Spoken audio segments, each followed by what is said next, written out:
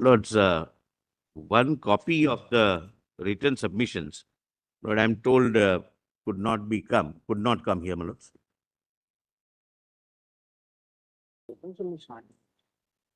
That doesn't matter, my lord. It is getting printed.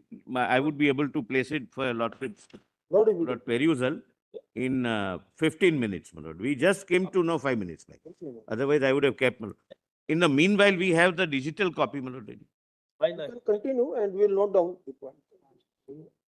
No, kindly, my lord, give me only 15 minutes. Justice Narasimha and Justice Vikramnath, they don't require physical copies.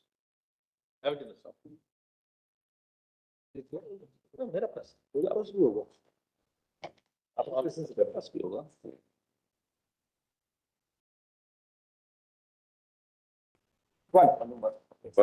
Yes. Article 111 now. 111, 155. 55. I have completed 111. Yes, complete. I have completed 74. My lords would find it at page 128.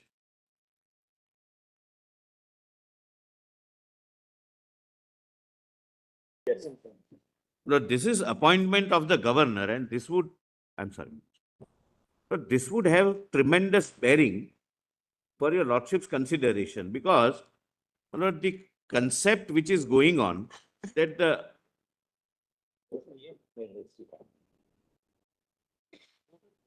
ये रखिए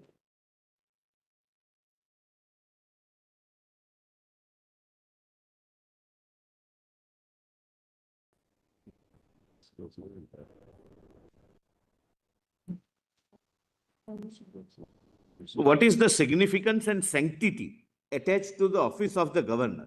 Lord, that we come to know from the Constituent Assembly debates. Lord, it's not, my lord, an asylum for retired politicians, as, my lord, we understand. It has its own sanctity. And, my lord, the framers of the Constitution have debated on it, that why we need governor, why we need governors with the powers which we are going to confer upon it, and in the federalism which we have adopted, as against, my lord, the absolute federalism in United States, where each state or province has its own constitution, has its own Supreme Court, has its own, my lord, way of governance. We have not adopted that. Even dual citizenship. The dual citizenship. So, my lord, they have examined that center will have to play a role in the governance of the provinces, which is now states, and that is how, my lord, the position of governor is conceived. Lord, please have a look at page 128. Lord, section 46 is the peri materia provision, or, my lord, if I may say, the precursor to the present 155, where the governors were appointed. Lord, page 128 bottom, Government of Bengal, Madras and Bombay.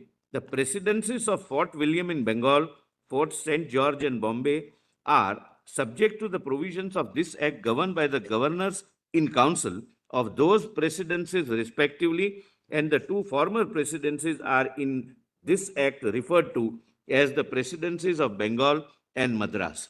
Then, my lord, comes 35 Act. My lord, initially the idea was that the governor should also be an elected person, so that he also wields the same democratic sanctity, and which is rejected by the framers of the Constitution. I'll show that, my lord. Section 48, my lord, 1935 Act, again, my lord, the Colonial Era Act. The governor of a province is appointed by His Majesty by a commission under the Royal Sign Manual. The provisions of the third schedule to, my lord, not relevant. Now, my lord, draft constitution, my lord, which was prepared by Mr. Rao, the governor of a province shall be elected by direct vote of all persons who have the right to vote at a general election for the legislative assembly of the province. My lord, Dr. Rao introduced the concept of governor being an elected person. Then, my lord, the drafting committee chaired by Dr. Ambedkar ji, my lord, made this. Again, my lord, provided for election. the governor of a state shall be elected by direct vote of all persons who have the right to vote at a general election for the legislative assembly in the state. So his election would be confined to that particular state. Then, my lord, the drafting committee gives a second option for consideration. An alternative is given. That is, my lord, this. The governor of the state shall be appointed by the president by warrant under his hand and seal from a panel of 4 candidates to be elected by the members of legislative assembly of the state, or where there is a legislative council in the state, by all the members of legislative assembly and of the legislative council of the state assembled at a joint meeting in accordance with the system of proportionate representation by means of single transferable vote, and the voting at such election shall be by secret ballot. So they were visionaries. They gave 2 options, appointment or election. Appointment, my lord, again by indirect way of election only. Now, my lord, please see the debate. My lord, at page 130 it starts. The Honorable President says, as regards this, honorable members will see that there are 2 alternatives suggested by the drafting committee. The amendments are referring to either the one or the other alternative. So I think the best way is to take an amendment in favor of one of the alternatives, and if then is accepted, then all other amendments relating to the alternative drop automatically. We take 2006, and this is, and if this is carried, then we go to the second. 2006 is the number of that amendment. Number of them. Yes. Then, my lord, Ghanshyam Singh Gupta. Sir, I suggest this. The amendments, of course, may be taken, but first we might form our opinion as to whether we want the first or second alternative, so that if we want the first alternative, then the amendment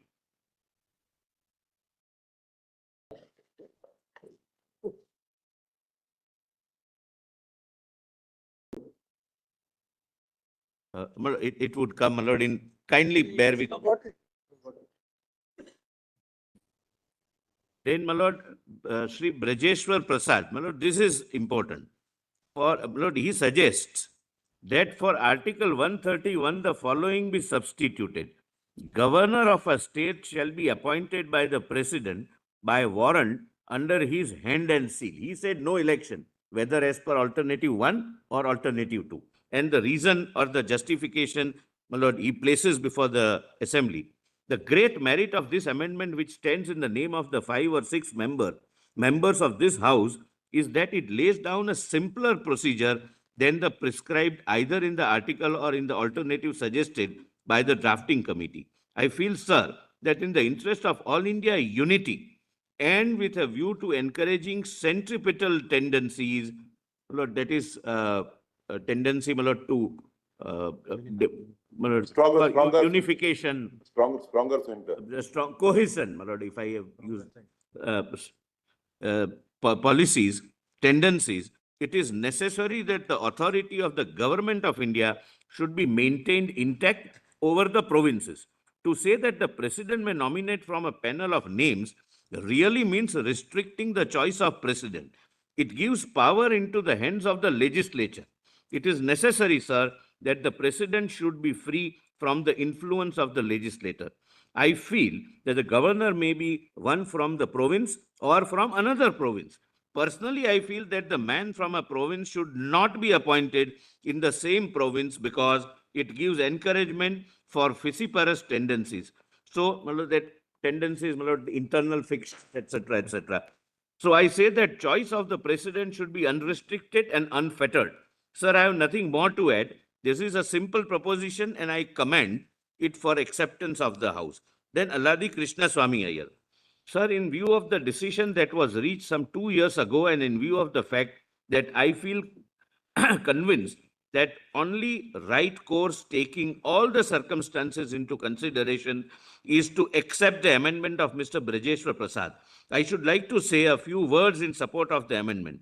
In the consideration of this question, the main points to be remembered are that this assembly has accepted the introduction of responsible government in different states, that the governor is merely a constitutional head of the province, and the real executive power had been vested in ministry responsible to the lower house in the different states. No dispute or difficulty. The real power vests in the elected people who are elected by the legislators, by the people of that state as legislators. Uh, the question for consideration before this House is whether, under these circumstances, there is any point in going through an expensive and elaborate machinery of election based upon universal suffrage. After giving my best consideration to the various proposals put forward, one, of choice of governor on the basis of universal suffrage, two, of election of the governor by a majority of lower house or of both houses, whether on the principle of proportionate representation or otherwise. Third, of a selection of a panel by the lower house in the state from which the choice, lower house is Lok Sabha, not legislative council, but legislative assembly, wherever there is any. Choice is to be made by the president of the union, or four, if appointment by the president in consultation with the cabinet. I feel that the wisest course to adopt is the last one. If the governor is properly functioning as the constitutional head, the expenses involved in going through the process of election is out of all proportion to the powers vested in the governor under the constitution. There is also the danger of governor who has been elected by the people at large getting into a clash with the premier. Well, that is the chief minister of the state. Two power centers. Yes, two power centers, my lord. Uh, and the cabinet responsible to the legislature, which itself has been elected on the basis of universal suffrage. Again, the election itself, under modern conditions, will have to be fought out on a party ticket. The fact is that even at or during the elections, the party will have to rally round a leader who will presumably be the future premier, the chief minister of the province. Is the rallying to be round the governor's name or premier's name? In the normal working of the government also, there is a danger of a clash between minister and the governor, whereas the whole basis of the constitutional structure we are erecting depends upon the harmony between the legislature and the executive, and between the executive and the formal head of the government. There is no correspondence between the governor of a state in United States of America and governor under our constitution. In the case of a governor of a state under United States, the real and substantial executive power is vested in the governor. There is a distinct separation between the executive and the legislature in the United States. A proper analogy has to be sought for the Constitution of Canada, where a responsible governor obtains.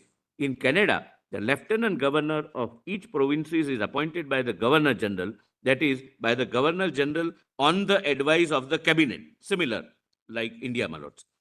There are many features of resemblance and similarity between the Canadian Constitution and our Constitution, which, by some critics, has been considered to be quasi-federal. The system, in the main, we have accepted is the principle of responsible government obtaining in the dominions or in different parts of the Commonwealth. Nowhere does the system of election of governor exist where the institution of responsible government is the main feature of the Constitution. In the normal working of the Constitution, I have no doubt that convention will grow up of the government of India consulting the provincial cabinet in the election of the governor.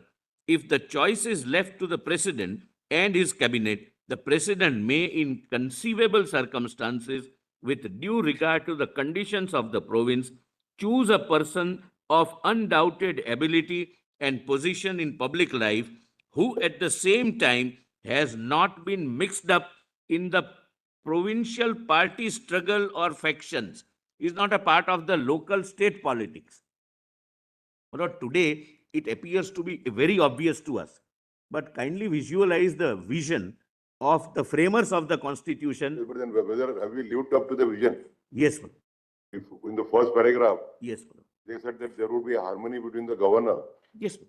and the No, I'm slightly on a different. and the ministry. Yes, ma'am. And the second part is, in the normal working of the Constitution, a convention would be developed that the provincial government would be consulted while appointing I the am on a governors. different point. But deviations or, my lord, some exceptional situations, my lord, may not guide your lordships in interpreting the So constitution. you are relying on this. The limited No, point, you my lord, are- there is something further. No, There is you are something. entitled to rely on the debates in the Constitution Assembly, no doubt.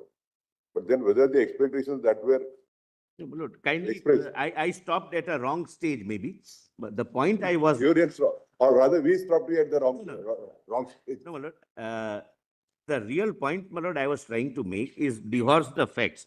That look at the vision of those, my lord, who were discussing this in 1947. And they could visualize these are the problems which will arise. If a person is to be elected or There if are going to be two power centers. two power centers. One the chief minister elected by the majority of the legislators and the governor who is directly elected. Directly elected. And then the system that we have accepted is the government responsible to the legislature. Correct. Government, the cabinet is answerable and responsible to the cabinet. That, No, cabinet is responsible to the to the legislature. The cabinet is answerable to and accountable to the legislature. Well, thereafter, the bold part. The central fact to be remembered is that the governor is to be constitutional head, a sagacious counselor, and advisor to the ministry. The governor chosen by the government of India, presumably with the consent of the provincial government, is likely to discharge his functions better than one who is elected on a political party ticket by province as a whole based on universal suffrage. Now, my lord, Pandit Jawaharlal Nehru, Lord, says this, my lord. Sir, this debate has already elicited so many speeches that probably every conceivable argument for and against this proposal has been placed before this court.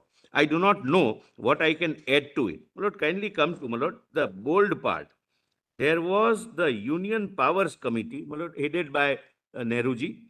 There was the Provincial Model Constitution Committee, headed by my lord Sardar Patel, of which my colleague, the Deputy Prime Minister, was the chairman.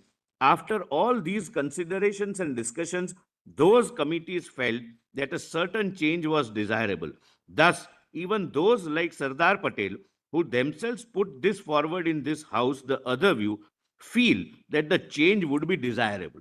This was the flexibility of Sardar Patel, my lord. He chaired the provincial committee, took a particular view, and thereafter takes the holistic view and say that some change is desirable.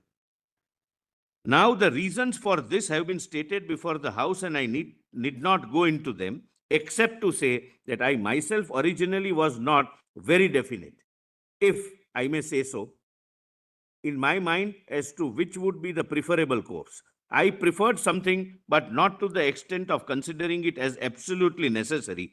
But the more I thought about it, the more I conferred with others and discussed with them, the more I felt that from almost every point of view, this proposal that is moved of a nominated governor in the present context of the Constitution was not only desirable from practical point of view, but from democratic point of view, too, it was desirable and worthwhile. My lord, now I can skip that, my lord, and kindly come to the bold part. My lord, I have, this is the way, my lord, I generally make it bold so that the relevant part is before your lordships, but we don't consume your lordship's time in reading them. And I must tell your lordships, my lord, I have selected passages from the Constituent Assembly debates which are relevant according to me for deciding this issue by your lordships. There are other debates also on these subjects. Entire debate is placed in volume 4. If your lordships would like to, 4.2, my lord, if your lordships would like to go through it. But these are the relevant debates, my lord, from the standpoint of the issues which your lordships are advising us, my lord. But on the whole, it probably would be desirable to have people from outside, eminent people, sometimes people who have not taken too great a part in politics. Politicians would probably like a more active domain for their activities, but there may be an eminent educationist or persons eminent in other walks of life who would naturally, while cooperating fully with the government and carrying out the policy of the government, at any rate, helping in every way so that the policy might be carried out, he would themselves represent before the public someone slightly above the party and thereby, in fact, help that government more than if he was considered as a part of the party machine. I do submit that there is really a more democratic procedure than the other procedure, in the sense that the latter would not make the democratic machine work smoothly. Then, Dr. Ambedkar, my lords. Yes. My lord, the first part of the Dr. Ambedkar ji is only, my lord, the description or a paraphrasing of what has happened. The second part would be relevant, my lord. Well, that power, your lordship gets, my lord. Well, that power an elected or a nominated governor will have, if he happens to call the wrong person to form a ministry, he will soon find to his cost that he has made a wrong choice. That is not a thing that could be avoided by having an elected governor. Such a governor may have a friend of his choice whom he can call in to form the ministry, and that issue can be settled by the House itself by a motion of no confidence or confidence. But that is not the aspect of the question which is material. The aspect of the question which is material is the governor going to have any power of interference in the working of a ministry which is composed of a majority in local legislature? If that governor has no power of interference in the internal administration of a ministry which has a majority, then it seems to me that the question whether he is nominated or elected is wholly immaterial. That is the way I look at it. And I want to tell the House that in coming to their decision, they should not bother them more or less academic question whether governor has to be nominated or to be elected. They should bear in mind this question: what are the powers which the governor is going to be endowed? That matter, I submit, is not before us today. We shall take it up at a later stage when we come to question of Article 175 and 188. Please note there, my lord, in your lordship's note, 175 is the draft article, which is Article 200 today. And 188 is emergency powers, my lord, which are not, which we are not. Not concerned at this stage. No, not concerned. And probably by amendment or the addition of some other clauses which would give him powers. The House should be careful and watchful of these new sections that will be placed before them at a later stage. But today it seems to me, if the Constitution remains in principle the same as we intend that it should be, the governor should be a purely constitutional governor with not power of interference in the administration of the province, then it seems to me quite immaterial whether he is nominated or elected. Now, my lord, what is accepted is 131 draft article. The governor of the state shall be appointed by the president by warrant under his hand and seal.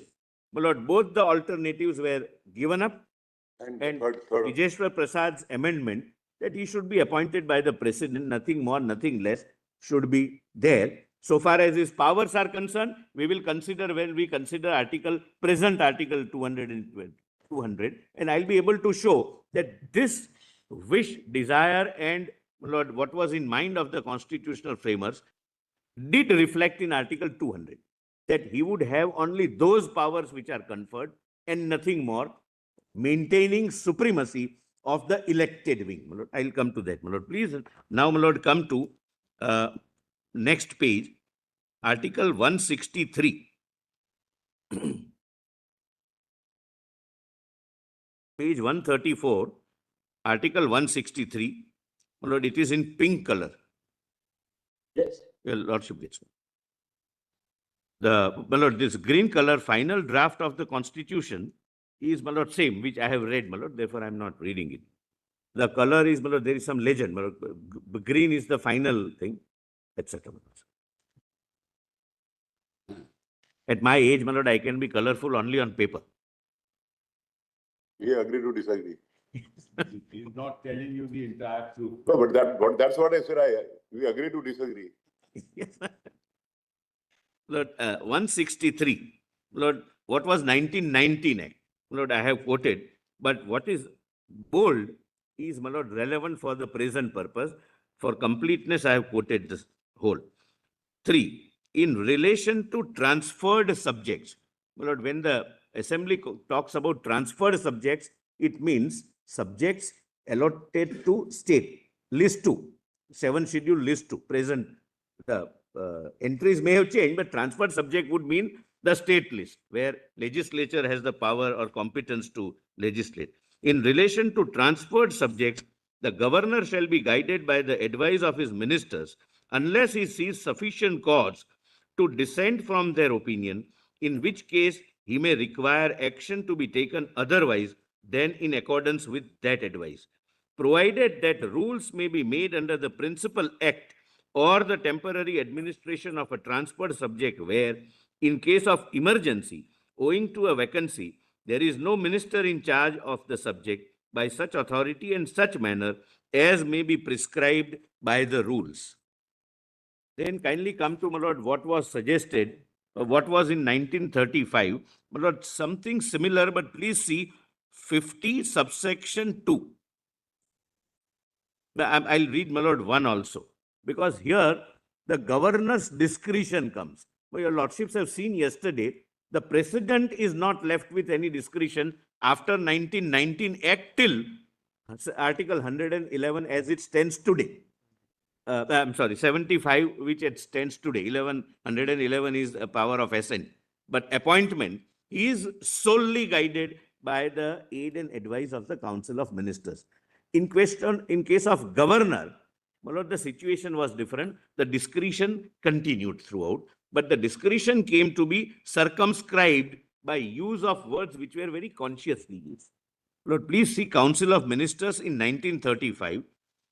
There shall be a council of ministers to aid, counsel of, and advise the governor in the exercise of his functions, ministers except in so far as he is by or under this act required to exercise his functions or any of them in his discretion, provided that nothing in this subsection shall be constrained as preventing the governor from exercising his individual judgment in any case, whether whereby or under this act he is required to do so. The governor in his discretion, please see the, my lord, may preside at the meeting of Council of Ministers if any question arises whether any matter is or is not a matter as respects which the governor is by or under this act required to act in his discretion or to exercise his individual judgment, the decision of the governor in his discretion shall be final, and the validity of anything done by the governor shall not be called in question on the ground that he ought or ought not to have acted in his discretion or ought not to have exercised his individual judgment. My lord, kindly note here, my lord, and park that contention, my lord, for a subsequent thing. 2 things. If he grants assent, can it be subject to the challenge? If he refuses to grant assent, both, my lord, were immune from the judicial review. Now, draft constitution, my lord, prepared by the constitutional advisor, Mr. Rao. There shall be a council of ministers with the prime minister at the head to aid and advise. My lord, even the provinces had prime minister. My lord, this, when we use prime minister, it was present day chief minister. There shall be council of ministers with the prime minister at the head to aid and advise the governor in exercise of his functions, except in so far as he is by or under this constitution required to exercise his functions or any of them in his discretion. If any question arises whether any matter is or so and so, my lord, same, that should not be called in question. Now, my lord, the draft prepared by the drafting committee. There shall be a council of ministers with the chief minister. Now, prime minister becomes the chief minister, my lord. Only nomenclature changes, my lord. Because there was no prime minister in 1935, the governor general was the whole and all, my lord, answerable to the crown. Chief minister at the head to aid and advise the governor in exercise of his functions, except insofar as he is by or under the constitution required to exercise his functions or any of them in his discretion. If any question arises whether any matter is or is not a matter as respect, my lord, same. Whether he exercises discretion rightly, wrongly cannot be gone into. That is, my lord. Now I come to, my lord, the Constituent Assembly debate on this. And thereafter, my lord, the last debate I will read would be Article 200 and 201. Thereafter, my lord, the submission start, but your lordships must have, my lord, the background in which these provisions were drafted and formulated, the manner in which they were formulated. What was conceived? My lord H.V. Kamat. Mr. President, sir, I move that in clause 1 of Article 143, the words except in so far as he is by or under this constitution required to exercise his function or any of them in his discretion be deleted. My lord, Mr. H.V. Kamath has always supported the provincial supremacy over central supremacy. He was proponent of that. He may have some personal equations also, my lord, and he always used to object. But this was his, my lord, idea of the constitution. If this amendment was Must be accepted, Influenced by the American system. highly influenced, my lord, by the Americans, because some of, my lord, that tendency and trait, my lord, continues even till date. We still believe in the American Constitution and apply it, my lord, in the context of Indian Constitution also. And that, my lord, sometimes results into laying down the law, my lord, which creates more complications than solving them.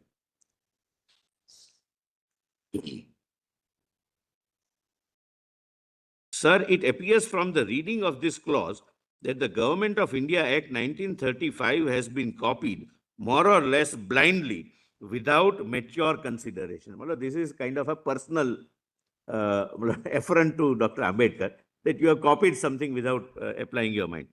There is no strong or valid reason for giving the governor more authority either in his discretion or otherwise vis-a-vis his ministers than has been given to the president in relation to his ministers. If we turn to Article 61(1), we find it reads as follows: there shall be a council of ministers with the chief minister at the head to aid and advise the governor in the exercise of his function. When you, sir, raised a very important issue the other day, Dr. Ambedkar clarified that his clause by saying that the president is bound to accept the advice of his ministers in the exercise of all his functions. But here, Article 143 vests certain discretionary powers in the governor, and to me it seems that even as it was bad enough. But now, after having amended Article 131 regarding election of the governor and accepted nominated governors, it would be wrong in principle and contrary to the tenets and principles of constitutional government which you are going to build in this country. It would be wrong, I say, to vest governor with these additional powers, namely discretionary powers. I feel that no departure from the principle of constitutional government should be favored except for the reason of emergency, and these discretionary powers must be done away with. I hope this amendment of mine will commend itself to the House. I move, sir. Then, my lord, Mr. Krishnamachari, my lord, who generally echoes the views of Dr. Ambedkar. No, both of them were, Mr. Krishnamachari was also Members of the drafting committee. And it was, my lord, most of the replies to the amendments are either replied by Dr. Ambedkar or by T.T. Krishnamachari, my lord. Your lordships are right. I'm grateful. Mr. President, I'm afraid I'll have to oppose the amendment moved by my honorable friend, Mr. Kamat, only for the reason that he has not understood the scope of the article clearly and his amendment arises out of misapprehension. He again gives it back, my lord, in a polite language. Sir, it is no doubt true that certain words from this article may be removed, namely those which refer to the exercise by the governor of his functions, where he has to use his discretion irrespective of the advice tendered by his ministers.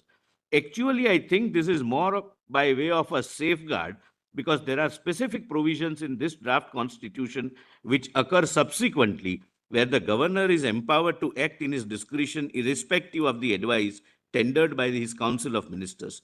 There are two ways of formulating the idea underlying it.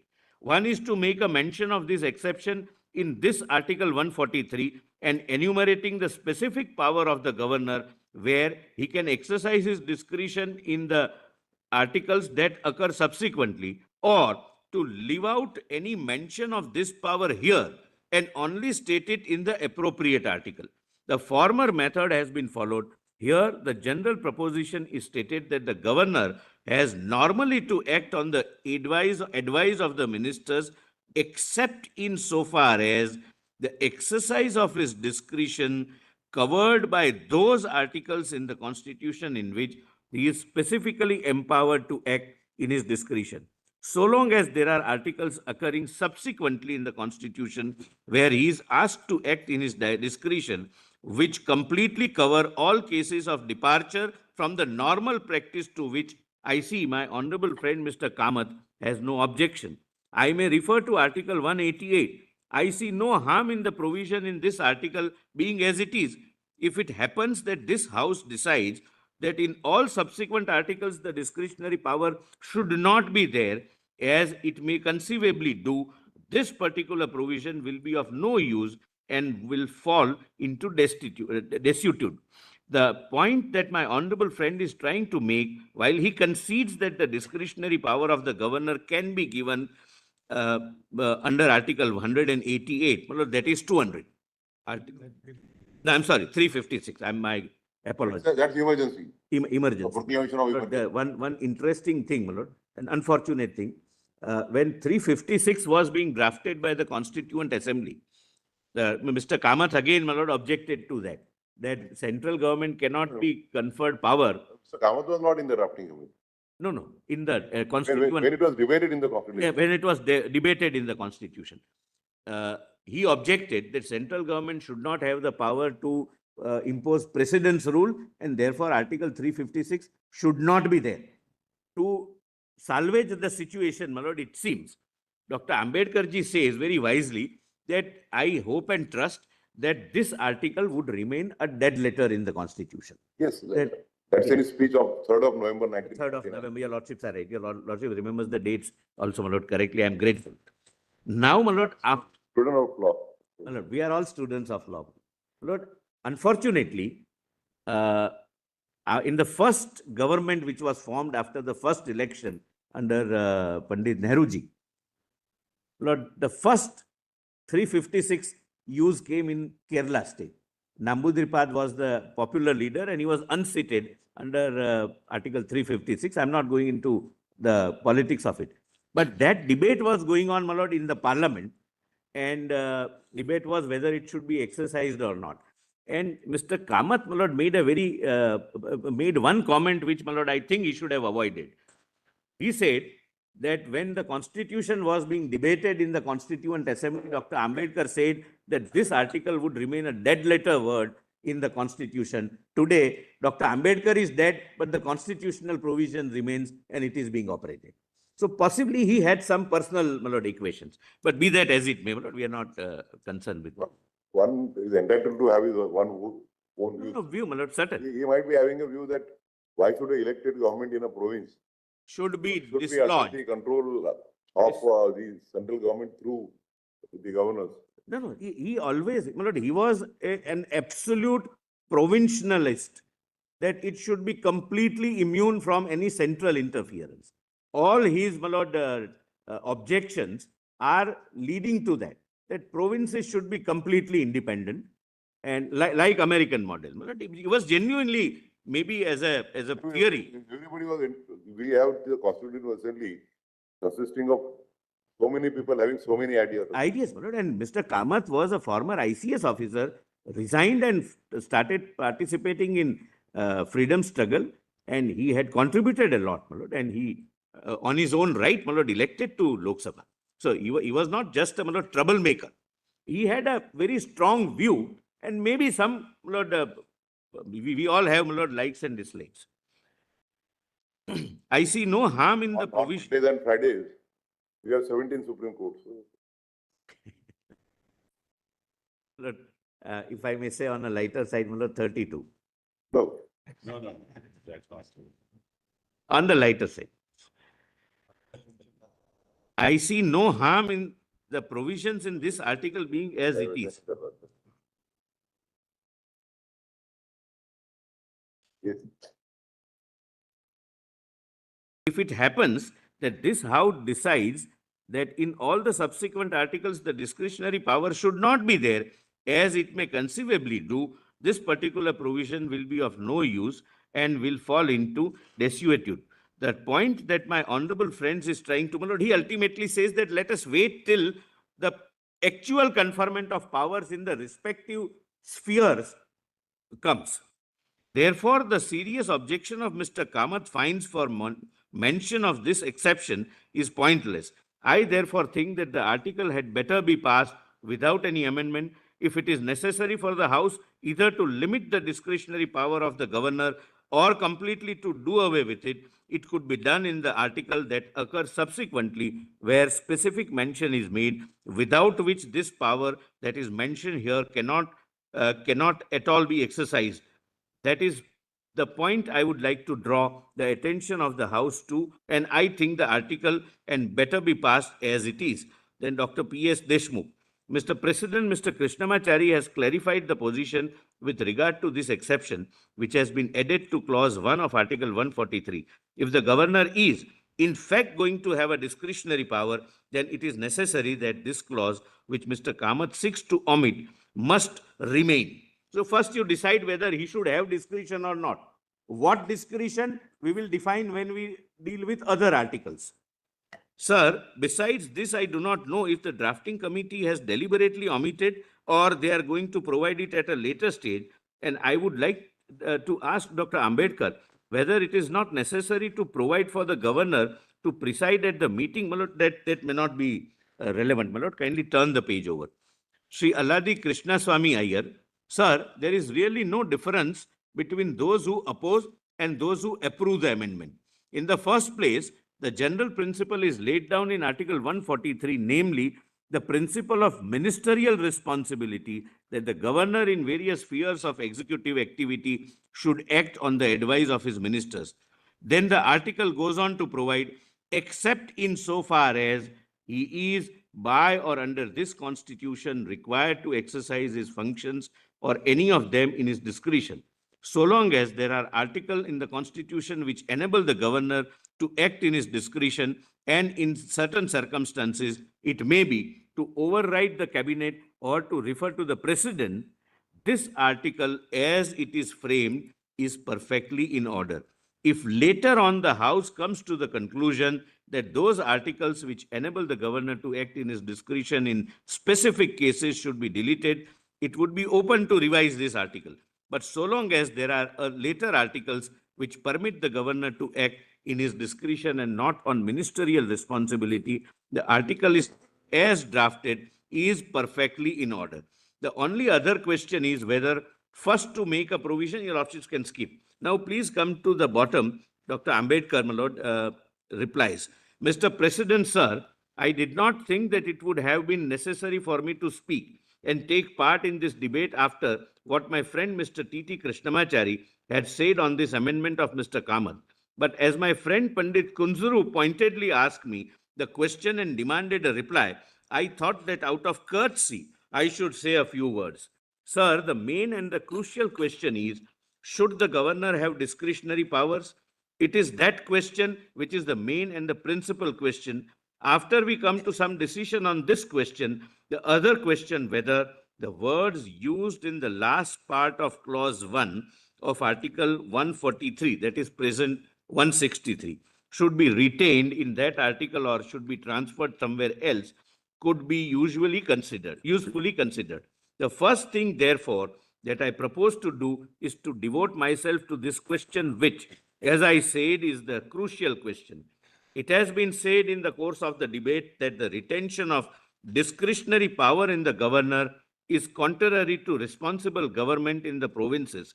It has also been said that retention of discretionary power in the governor smells of the Government of India Act 1935, which is the main was undemocratic.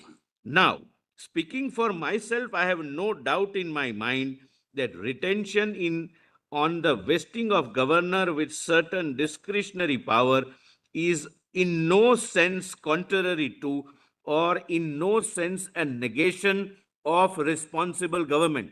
I do not wish to rake up the point because on this point I can very well satisfy the House by reference to provisions in the Constitution of Canada and Constitution of Australia.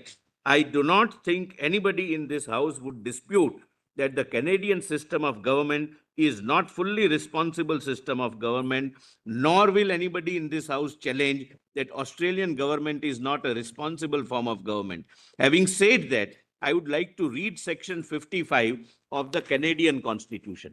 Article 55, where a bill passed by the House of Parliament is presented to the Governor General for the Queen's assent, he shall, according to his discretion and subject to provisions of this Act, either assent thereto in the Queen's name, or withhold the Queen's assent, or reserve the bill for signification of the Queen's pleasure. Three options. Pandit Hridaynath Kunzuru, may I ask Dr. Ambedkar, when the British North America Act was passed, Dr. This was kindly a sarcastic question, it seems. The Honorable Dr. Ambedkar, that does not matter at all. The date of the act does not matter. I mean, nearly a century ago. Dr. Mr. Kamat says that you are referring to.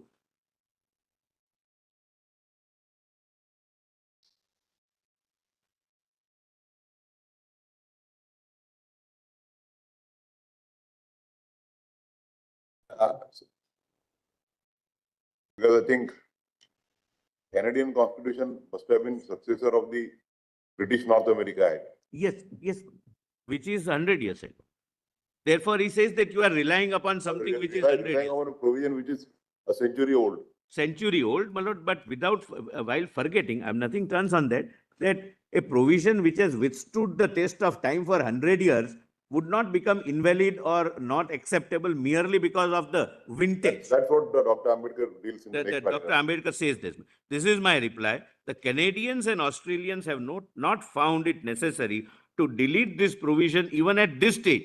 They are quite satisfied that the retention of this provision in section 55 of the Canadian Act is fully compatible with responsible government. If they had felt that this provision was not compatible with responsible government, they have even today, as dominions, the fullest right to abrogate this provision. Dominions means dominions of the Commonwealth, under the sovereign. Dominions, the fullest right to abrogate this provision. They have not done so. Therefore, in my reply to Pandit Kunzuru, I can very well say that the Canadians and Australians do not think that such a provision is an infringement on the responsible government. Then Loknath Sharma, on a point of order, sir, are we going to have the status of Canada or Australia? Or are we going to have a federal republican constitution? Then Dr. Ambedkar, I could not follow what he said. If, as I hope, the House is satisfied that the existence of a provision vesting a certain amount of discretion in the governor is not incompatible or inconsistent with responsible government, there can be no dispute that the retention of this clause is desirable and, in my judgment, necessary. The only question that arises is, Pandit Kunzuru, well, Dr. Ambedkar has missed the point of the criticism altogether. The criticism is not that in Article 175 some powers might not be given to the governor. The criticism is against vesting the governor with certain discretionary powers of a great nature in the article under consideration. Dr. Ambedkar, I think he has misread the article. I am sorry I do not have the draft constitution with me, except insofar as he is by or under this constitution. Those are the words.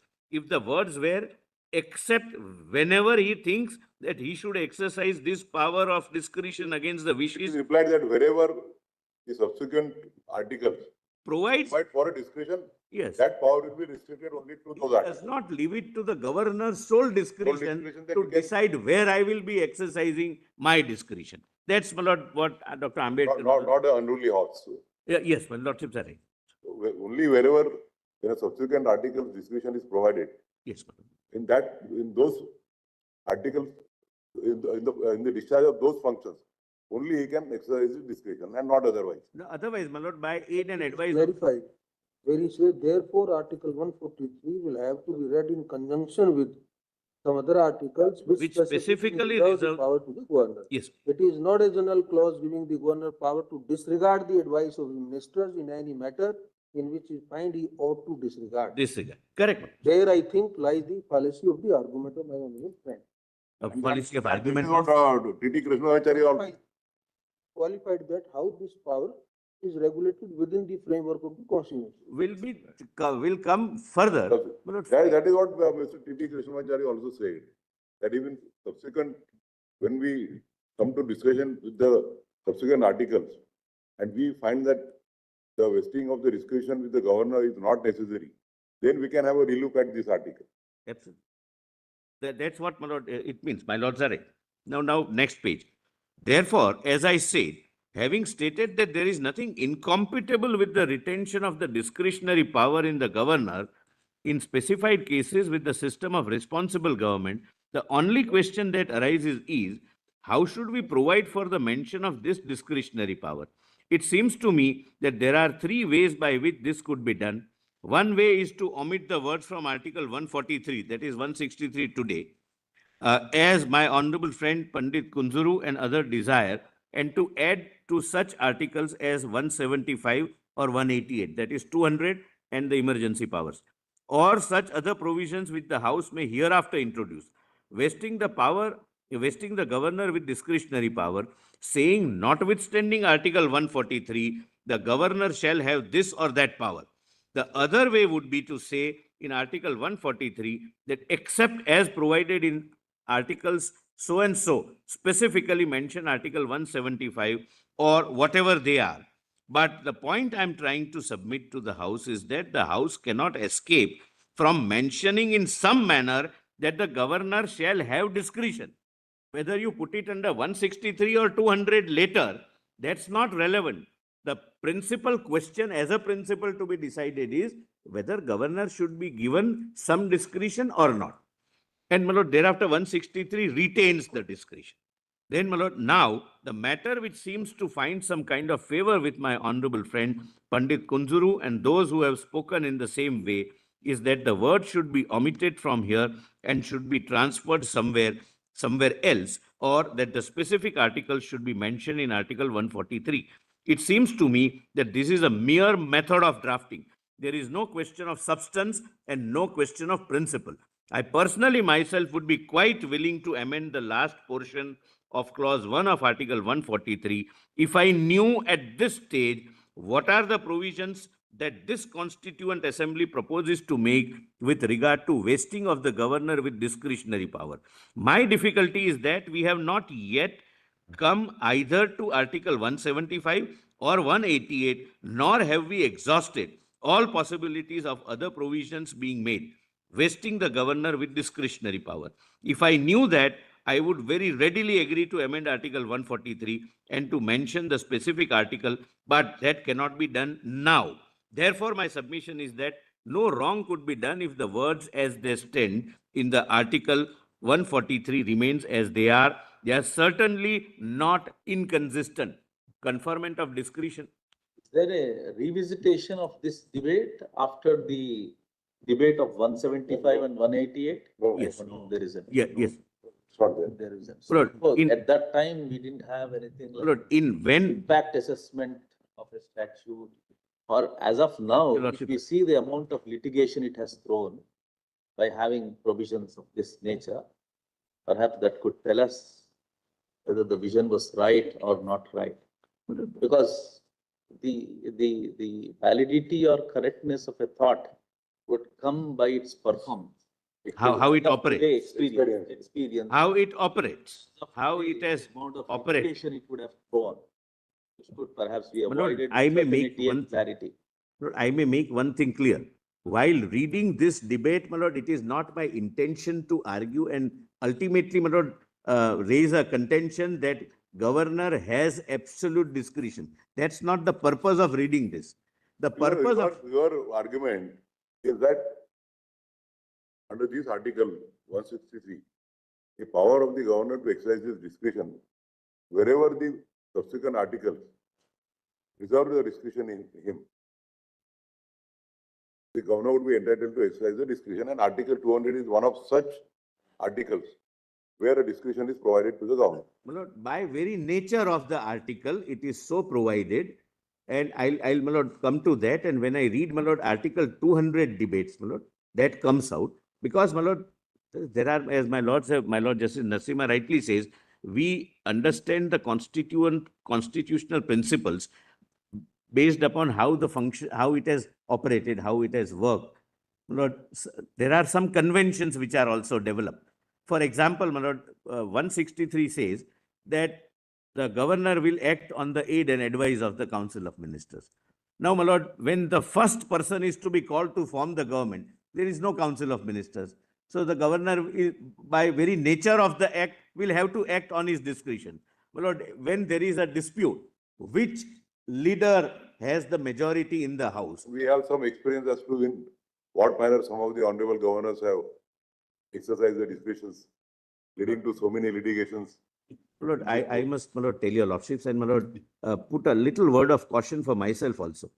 My Lord, if we go by some example, We are not going by that. I understand. No, I am saying something else. Lord, Indian democracy is a mature democracy. There may be aberrations, my Lord, on individual cases. But by and large, the democracy under this very constitution has worked very effectively. And that, my Lord, I have personally witnessed, my Lord, during COVID period. During COVID period, my Lord, the Indian democracy and how the center, province, federal balance is envisaged what was at display. Lord, irrespective of the party in power in the center, which was, Lord, NDA, BJP, etc., all state governments ruled by Congress, ruled by communist, everyone, they were on the same page with the Honorable Prime Minister. There was no dispute, difference, and they used to call each other. That's the way democracy works. That you have debate, you have deliberation, you have consultation, you give suggestions, you take suggestions, and everyone was on the same page. My Lord, since I was appearing, my Lords, I know it for sure that chief ministers of those states whose chief ministers were very critical, and it was their right to be critical of the center. My Lord, they used to call the Prime Minister at 2 o'clock that this is what we are needing, and there would be a serious problem, and the thing would reach. And, my Lord, the counter thing also. The government also responded in a matured way, except, my Lord, one or two exceptional states. But everyone, my Lord, because all these people, my Lord, irrespective of the political leanings, they have, my Lord, political experience of 30, 40, 50 years. They have that political maturity, my Lord, to decide. So, my Lord, it would be really hazardous, my Lord, to even examine constitutional interpretation based on certain aberrations. There are ambitions, there are, my Lord, pitfalls, but that is to be taken care of on a case-to-case basis. One cannot interpret the constitution based on the worst example because, Lord, hard cases always results into laying down of bad laws. That's, my Lord, that's a settled principle throughout all jurisdictions. If not otherwise, hard cases make good law. But I would not respond.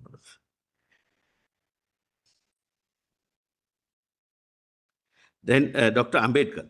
Of course, there is because we do not want to waste the precedent with any discretionary power because the provincial governments are required to work in subordination to the central government. And therefore, in order to see that they do act in subordination to the central government, the governor will reserve certain things in order to give the president the opportunity to see that the rules under which the provincial governments are supposed to act under the according to the constitution or in subordination to the central government are observed. Please mark this, my Lord.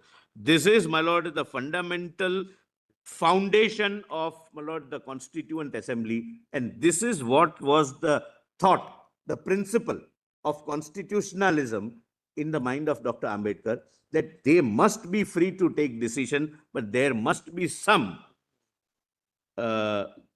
level of, Lord, deference to the central government because we have a quasi-federal constitution. Then H.V. Kamat, will it not be better to specify certain articles in the constitution with, my Lord, he continues, my Lord, with his objection, my Lord. I may skip that. Now, my Lord, kindly come to present, my Lord, green is Article 163, which is at present, that normally, I'm paraphrasing, the governor will act in accordance with the aid and advice of the Council of Ministers, and governor must do it. We are not arguing A versus B. I'm assisting the court because we are seeking your lordship's opinion. So I'm just giving what is my reading of the Constitution. Governor will have to act on the aid and advice except where he is having discretion, either conferred by the constitutional provisions or by the very nature of the power which he is exercising. Then, my lord, 200 and 201, and this is the last provision which I will bother your lordships with the Constituent Assembly debates, my lord, and then I'll come to other submissions, my lord. Please see Government of India Act 1919. This is very relevant because this is directly in question. This is precursor to Article 200. What are the options available for the governor when a bill is presented to him? Is he supposed to sign it as an automated person, as my lord, one word which is The postman. he's not a postman. That's what, my lord, my effort would be, and that comes out from the constituent debate. The very nature, in the very manner in which Article 200 is couched, the language which is used, it gives him options. And when I am given 3 options, means I have been given discretion to choose one of them. The word discretion being used or not used will make no consequence if I am given 3 options or 4 options. I'll show that, my lord. Please come to, my lord, section 12 of Government of India Act 1919. And this would be, my lord, relevant, directly relevant for the present purpose. Where a bill has been passed by a local legislative council, the governor, lieutenant governor, or chief commissioner may, instead of declaring that he assents to, or first option, my lord, is granting assent, assents to, or withholds his assent from the bill.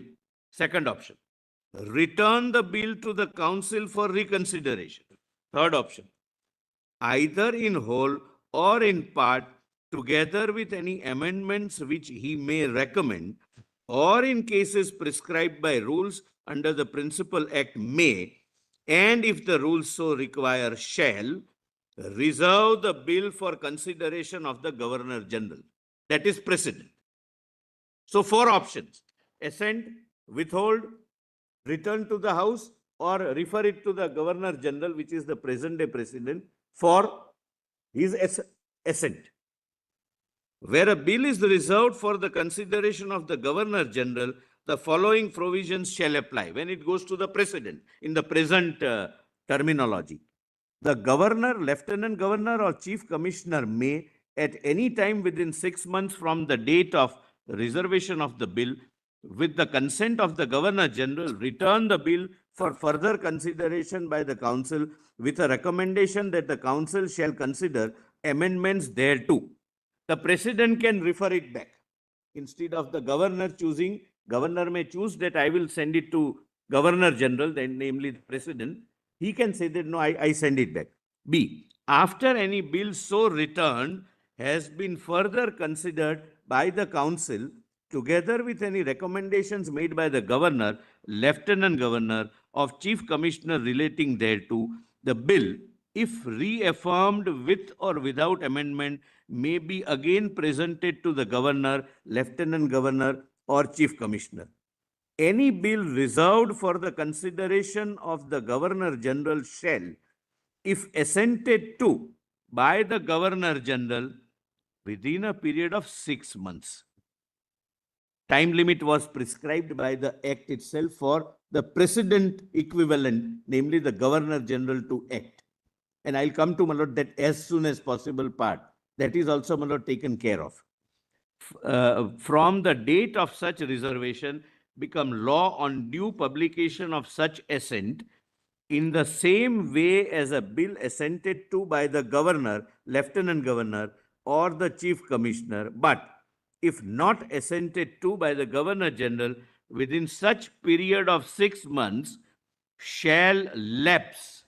Consequence also provided, time limit stipulated, and consequence provided, meaning thereby the time limit is mandatory, not discretionary.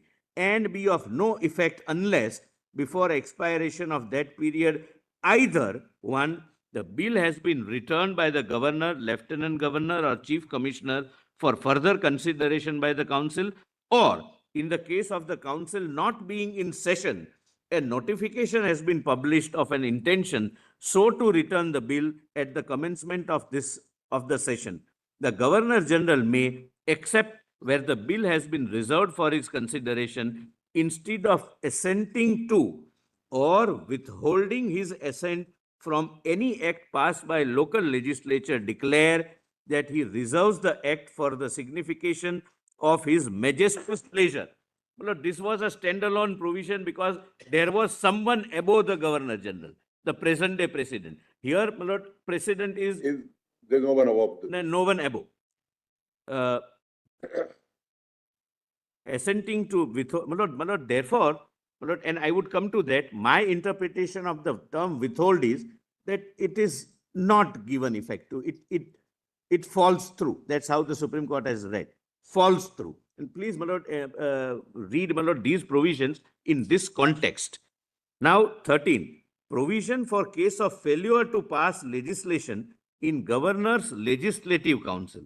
Where a Governor's Legislative Council has refused leave to introduce or has failed to pass in a form recommended by the Governor any bill relating to a reserved subject, that is, my lord, state list, the Governor may certify that the passage of the bill is essential for the discharge of his responsibility for the subject, and thereupon the bill shall, notwithstanding that the council have not considered thereto, be deemed to have passed.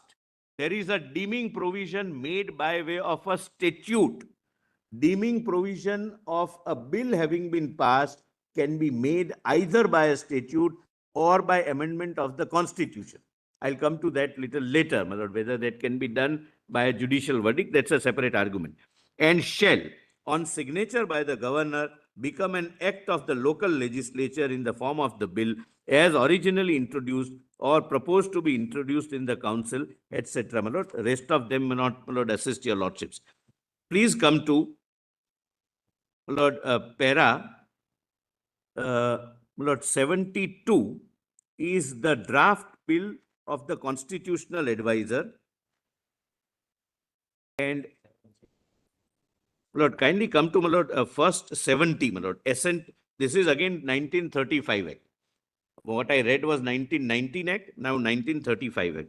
A bill which has been passed by the Provincial Legislative Assembly, that is, my lord, present day State Assembly, or in case of a province having a legislative council, has been passed by both chambers of the provincial legislature, shall be presented to the governor, and the governor, in his discretion, my lord, the other side would harp upon this, that there was a discretion which now no longer exists in Article 200. Therefore, I am highlighting, my lord. In his discretion, shall declare either that one, he assents in his majesty's name to the bill, second, or that he withholds assent therefrom, third, or that he reserves the bill for consideration of the Governor General, that is, my lord, President, provided that the governor may, in his discretion, return the bill. This is the fourth option.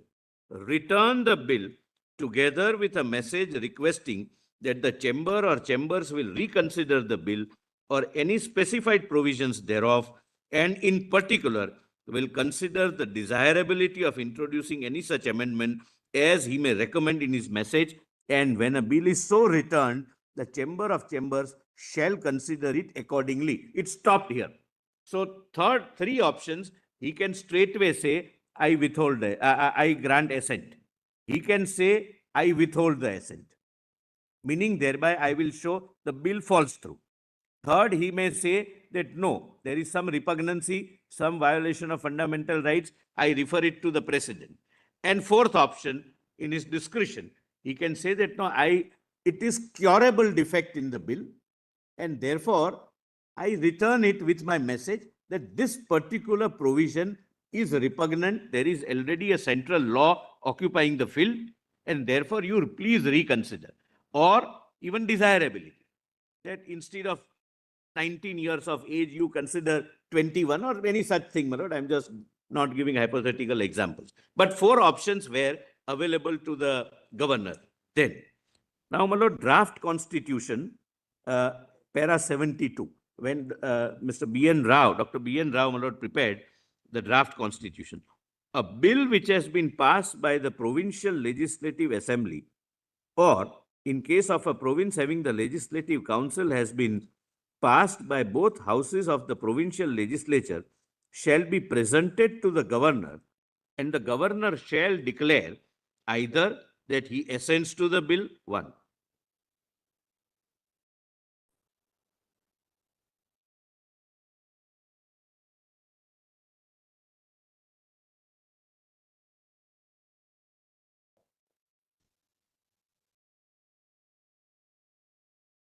Yes.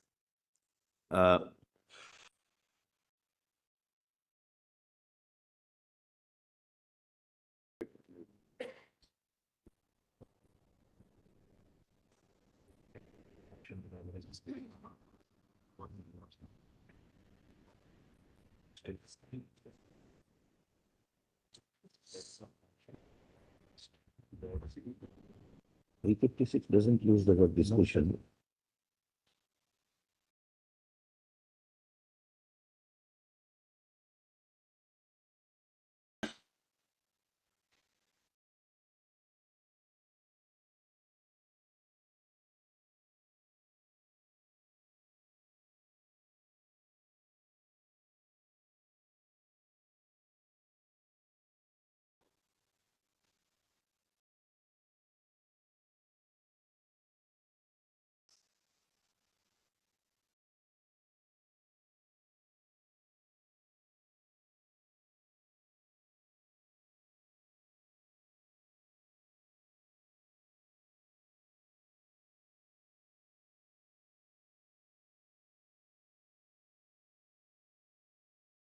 Yes. My lord, I was reading 147 as suggested by, my lord, by the constitutional advisor. A bill which has been passed by the provincial legislative assembly, or in case of a province having legislative council, has been passed by both houses of provincial legislature, shall be presented to the governor, and the governor shall declare either, the first option, he assents to the bill, or second option, that he withholds assent therefrom, third option, that he reserves the bill for consideration of the president, provided that where there is only one house of legislature of a province and the bill has been passed by both the houses of the governor, houses, the governor may, in his discretion, it was initially there, in his discretion, return the bill together with a message requesting that the House will consider the desirability of introducing, I'm not reading it, it's the same, Almost same. except there is no consequence provided. If the House returns it back, now it says, governor shall not withhold. It comes, my lord, subsequently. Now, my lord, the committee, the drafting committee, So, in effect, if on the second occasion, the legislature again reiterates, then the governor will not have any option but to give it as. not at this stage. No, no. No, I'm sorry, it was there. The governor shall not withhold assent therefrom. He has no option. So it is quite in the negative. Yes. It gives a mandate that if it is passed, You have to grant assent. like the collegium, That could have been used, my lord. That's a separate argument. I'm sorry, my lord, like the collegium. Fortunately, we are not on that issue now, so. Taken the same language. I cannot say anything. No, we are not on that issue. Let us stick to the case before us. Now, my lord, please come to, my lord, now draft prepared by the drafting committee at page 145. The same. No real change, your lordship can take it from me. My lord, the drafting committee also goes this way, my lord. Then, in the draft constitution prepared by the drafting committee, now 201, your lordships have 175 and 176. the 200 and 201 present. That is, my lord, the subject matter of, my lord, the reference and your lordship's advice. 201, my lord, was drafted by drafting committee like this.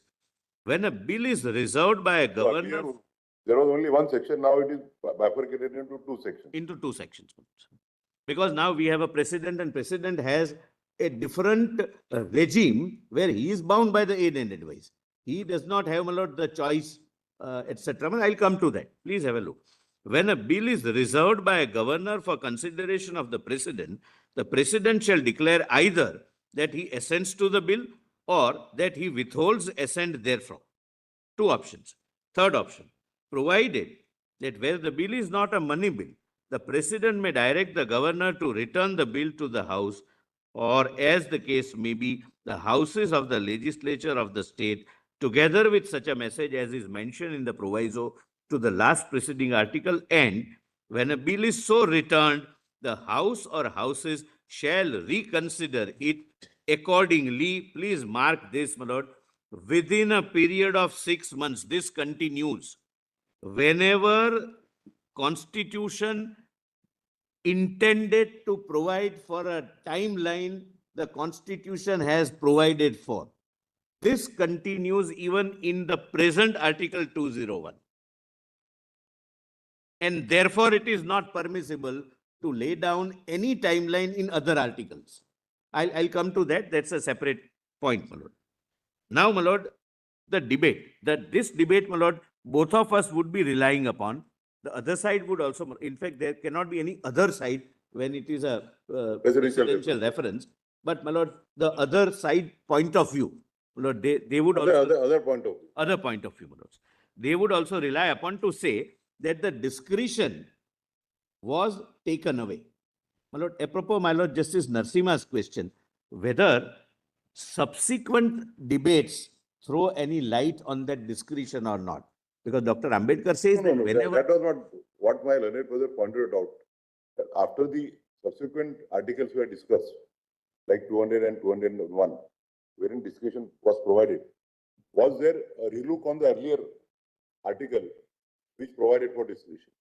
No, There was no. there was none, but it comes in 200. Because Because when T.T. Krishnamachari and both Dr. Ambedkar, they say that if in subsequent articles, if we do not provide for discussion, then we may have a look at this article. We will see, because the wording says, my difficulty is that, I'm quoting from his state. I do not know what Difficulty is that we have not as yet come either to Article 175 or 188, nor have we exhausted all the possibilities of other provisions being made, vesting the governor with the discretionary power. He said as and when. We'll see at 200. In all Yeah, your lordships are right. My lord, that one Article 175 debate is... It was not necessary because in the subsequent articles, they provided for discretion. So there was no question of Absolutely. again having a relook at.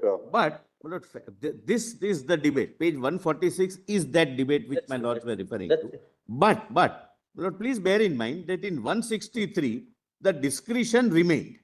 That aid and advice except subject to, my lord, by or under the Constitution. And I may tell your lordships, subsequently, there are no articles which specifically uses the word discretion.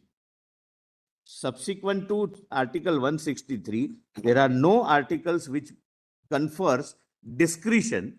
But after reading this, my lord, debate, my submission for your lordship's consideration is going to be that if the article itself gives him options to choose from, use or not use of the word discretion does not matter, because he is that you choose from either of these four. Then the discretion has to be exercised among the options given in that article. Lord, I'll come to that. I'll come to that. If the article provides for 4 options, Yes. then the discretion would be restricted to only one of those 4 options. Correct, correct. I bow down. It cannot be beyond that. Governor is bound by one of those 4 options. Governor is bound by one of those 4 options. But which option to choose from, It is discretion. it is his discretion. My lord, for example, for the purpose of granting assent, the Council of Ministers would always say that grant assent, it is our bill. So there is no question of, my lord, he is using discretion. That will be relatable only to that part of the question where it is sent back to the assembly for reconsideration. And it is coming back to him. At that second stage, will he No be discretion. entitled to send it back to the president for his approval? There he would have the discretion. This is where you are talking about. That is, there he would have the discretion. Percent. He cannot withhold it. That's your argument. But, yeah, that's my argument. My lord, but the problem has arisen because of state of Punjab judgment. Not the state of Punjab judgment. I'll come to that, my lord. The issue relating to timelines is not relatable to the options. No, that's a separate point. That's a separate. Your lordships are right. Timeline has nothing to do with the option or discretion, etc. Since I was there, since I was showing the provision where the Constitution itself prescribed time limit, since I was reading the provision which itself provided for time limit, I just as a reference said that whenever the makers wanted, they have provided for the time limit. And if it is required, it can be done by a constitutional. Timeline which you are referring to is for reconsideration by the legislature. Legislative time. That is not a timeline given executive for the governor. Exactly, that's my case. That's my case. That now you are reading something which the Constitution has provided, not provided. So ultimately, probably, Mr. Solicitor, possibly there can't be any serious dispute with regard to the 3 or 4 expressions used in 200. Assent, shall declare, assent, or withhold, send to the president for advice. And third is that may return. But the word in his discretion has been omitted on the suggestion of Dr. Ambedkar. Earlier the draft was About his discretion. your lordship, absolutely. Dr. Ambedkar advised that no, we should delete these words, those were deleted. Yes. So these are the options available. Probably the central point of debate will be, what do we mean by withhold? I'm grateful. That will be the central point. I'm Is it withhold means that after withholding it means that you are not assenting and you are for the time being withholding yourself. Withholding for what? Either to return to the assembly for reconsideration with your message or advice, Punjab judgment says. or you send to the president. For example, there may be a draft bill touching upon or encroaching upon the power of the parliament under list 1. Governor is well within his right to say, state assembly can't pass it. So therefore, you can either advise them that look here, you need to look into it. You can't encroach upon list 1. This is not within your domain. Or he will send to the president of India saying, the state has attempted, the state legislature has attempted like this. In my considered opinion, such a bill will fall under entry number so and so, for which state legislature is incompetent. And Honorable President will take the final call on that. The only issue will be this one. Probably Yes. Not, Lord, only issue will be, and I'll come to that after reading this.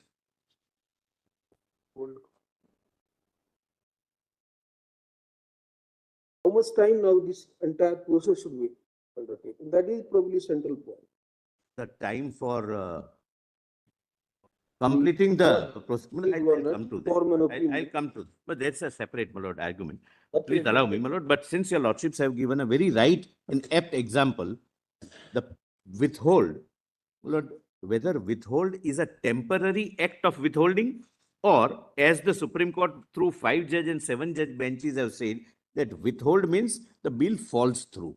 Because there are circumstances where, suppose, my lord, normally the legislature is not expected or is not supposed to pass egregious, my lord, something, my lord, very extraordinary bills which are beyond their competence. But suppose, my lord, how we read the Article 200. My lord, suppose a border state passes a legislation which deals with our external affairs, that will permit a particular country's people to enter or not to enter. You What? can respond to these. Give me a minute. As per the way you want. You are only pointing out that rest of the this discussion ultimately leads to the final bill at page 150. And probably thereafter this issue arises. Your lordships are right. My lord, then he cannot assent He cannot refer it to the president because it's not a repugnancy issue. He cannot return it to the house because once he returns it to the house and house repasses it, then he is bound, he cannot withhold it. Then he will have to withhold, my lord. And I have given the examples. It is to be used rarely, sparingly. But that's the way the situation is. Sorry, what is your submission? My lord, there can be There are four instances, four options. Either he assents to the bill or withholds assent therefrom. And that he reserves the bill for the consideration of the president. president. So according to you, the withholding of the assent, the second option, can be unlimited. It's not, my lord, a temporary withholding. My lord, can I go, my lord, a little, my lord, in the chronology so that I can make that point good? Yes, my lord, my answer is yes. That withhold means the bill falls through. That's how, my lord, the 5-judge bench and 7-judge benches have understood, my lord, this Article 200. And I have given examples. But then, if he doesn't, if he doesn't exercise the option of resending the bill for reconsideration to the governor, still he can withhold it for a time immemorial. It dies. It dies. It is to be used rarely, but the power is conferred. My lord, rather than, my lord, entering into this debate right now, Yes. can I, my lord, just give the background? Like for example, in the Kerala, in the Tamil Nadu case, 10 out of 12 bills, after the first consultation, he said, I am withholding these 10. But you are not talking about a situation where he would communicate saying that I have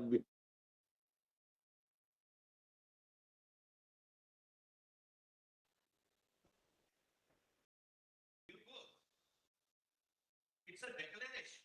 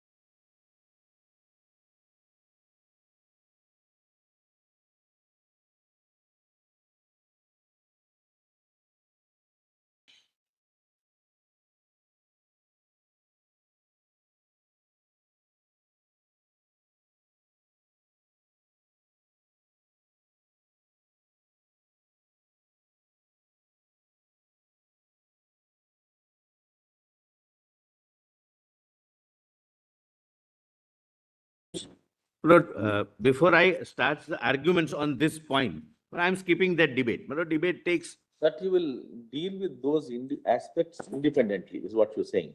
aspect of. Aspects on timeline. He want, he, Yes, yes, yes. Lord, that's a separate issue. I'm- he just wants to explain us the history as to how these Yes, yes, provisions came into effect Yes. and submission later on. yes. Now, my lord, I am on interpretation of Article 200 and 201.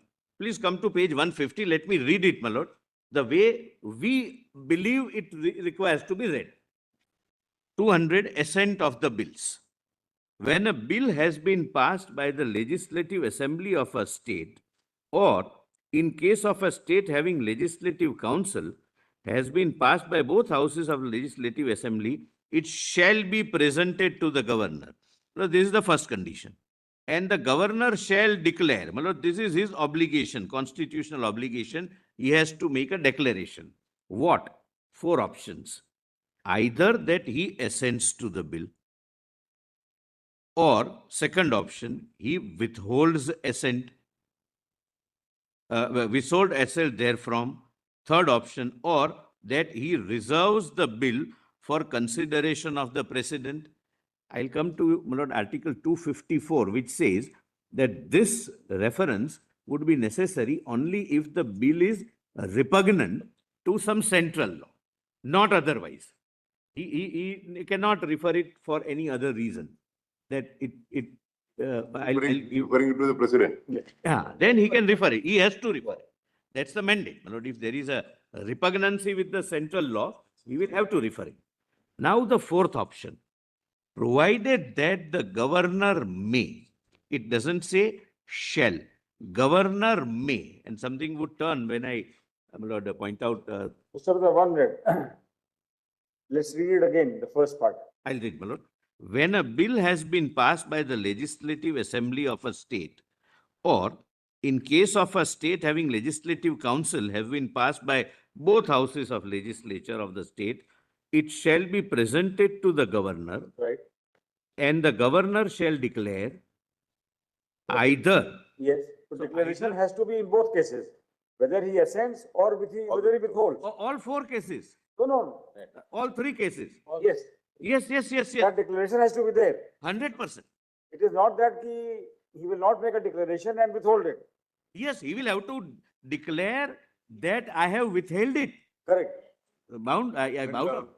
That is the only way it can be read. Yes, he has to declare. One of the 3, he will declare either first option, he assents to the bill. Then no dispute will remain. So according to you, if he declares that it is withheld, the bill is said to be failed. Yes, it falls through. Supreme Court says, 5 judge and 7. In other words, what you are saying is, when it is communicated to the assembly that it is withheld, it cannot be placed back before the assembly for reconsideration. Correct. Yes, What you're saying? yes. Wording, the meaning of the word Refusal withholding to means. or grant assent. There will be a declaration in public domain assigning the reasons that these are the reasons I am withholding. Reasons, there is a separate issue. Declaration that I withhold. Because sometimes, my lord, reasons can be in national security. So, but then could we not be giving total powers to the governor to sit in and appeal over the? For my lord, with profound respect. Lord, the powers are given by the Constitution. Otherwise, the government elected with the majority will be at the whims and fancies of the governor. We will say that Before I answer that, lord, first of all of us derive our powers from the Constitution. yes, of course. We neither give nor take away. Nobody can, my lord. There are 3 organs. But it's not, my lord. Let me, my lord, complete. Then, my lord, I'll be able to answer your lordship's questions, my lord, more effectively.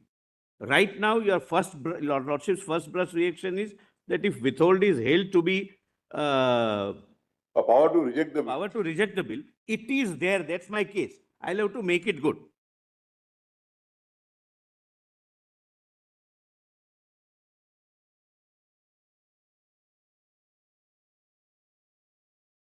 Provided that the governor may, my lord, the 4th option.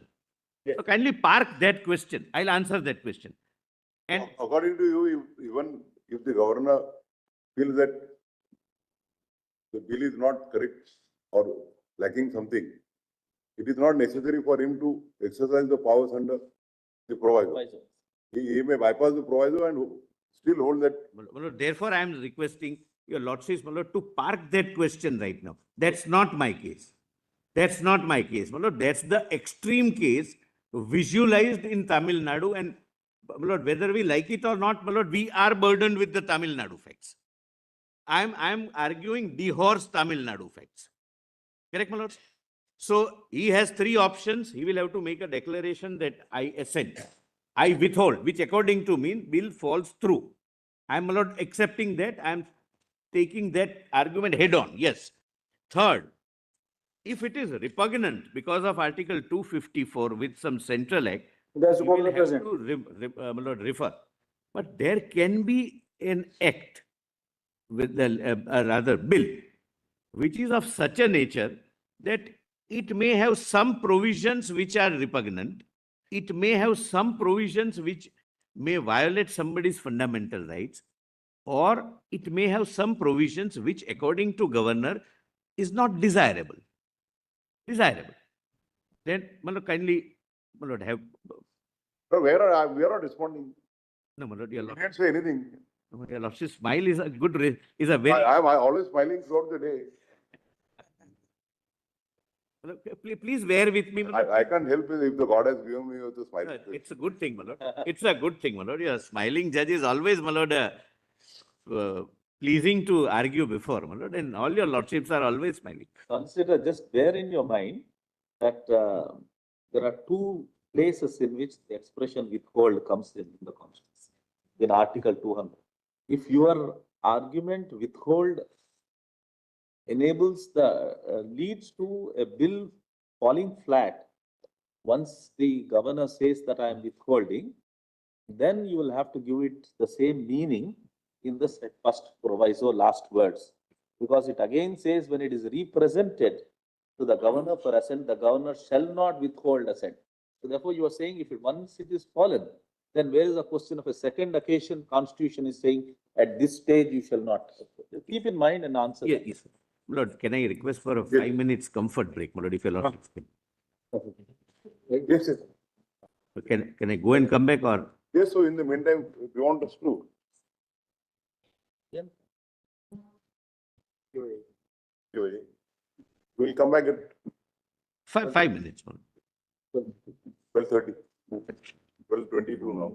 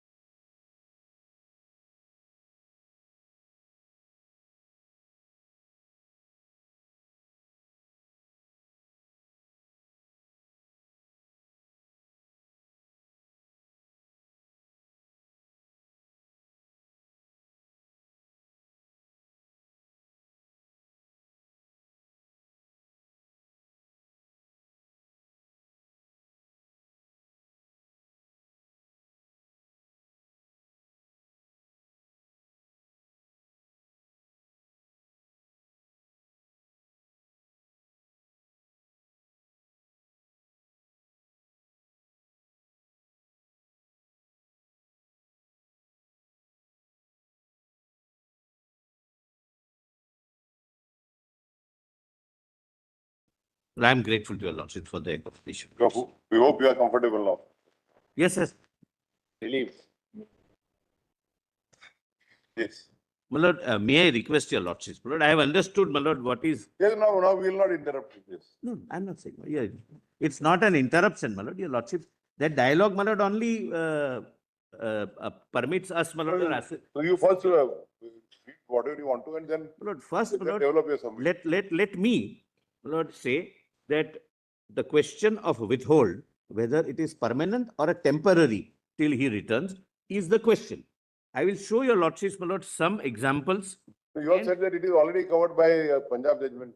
No, the Punjab judgment, without noting 5-judge and 7-judge judgments, it's a 3-judge judgment. My lord, Justice, Chief Justice Chandrachud, Justice Pardiwala, and Justice Manoj Mishra, without referring to any of the binding 5-judge or 7-judge judgments, have recorded, my lord, the finding that withhold means you have to you read it with the proviso, which I will show and demonstrate, at least attempt to demonstrate that it's. In ignorance of the earlier 5 judges and 7 judges. Yes, and I want to show that and what earlier judgments have said on the question of withhold. This is what Thereafter, you are my lord, saying. He has read it, took the meaning from the proviso to give to read the withhold. the last part, withheld, my lord, with a while, my lord, immediately answering. If the way in which, my lord, the Punjab judgment, my lord, understood article, the last part would have been, he shall grant his assent. He shall not withhold. My lord, the power to refer still remains, but that's not, my lord, right now the question. My lord, I have read, my lord, Article 200. Now, Article 201. What happens, my lord, when bill is referred by the governor to the President of India? That is 201. When a bill is reserved by the governor for consideration of the President shall declare either that he assents to the bill or that he withholds assent therefore. Withhold means, my lord, bill falls through. I'll show, my lord, from the judgment. Provided that where the bill is not a money bill, the President may direct the governor to return the bill to the House, or as the case may be, the houses of legislature of the state, together with such a message as in mentioned in the first proviso to Article 200. And when a bill is so returned, the House or houses shall reconsider it accordingly within a period of 6 months. Please mark, my lord, as a separate point, Constitution provides for a time limit. The date of receipt of such message, and if it is again passed by the House or the Houses with or without amendment, it shall be presented again to the President for consideration. It does not say here that thereafter President shall not withhold it.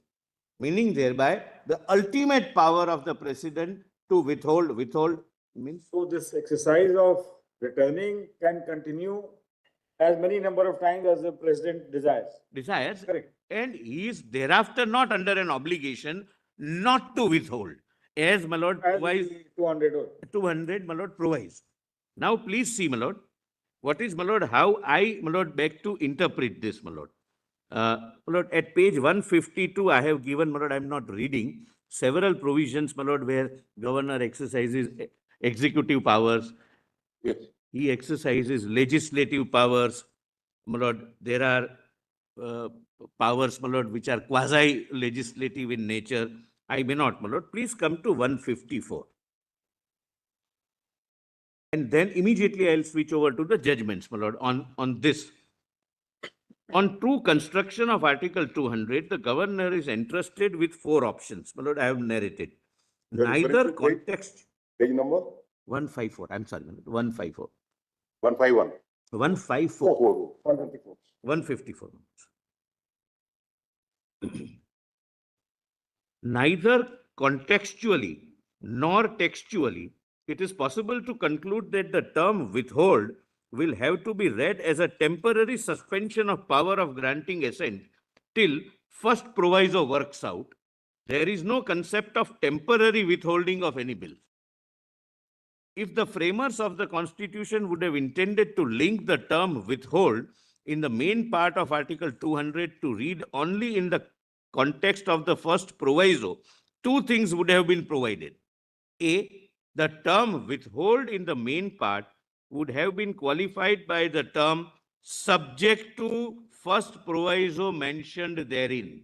In the main part, they would have said that you withhold subject to following the provision.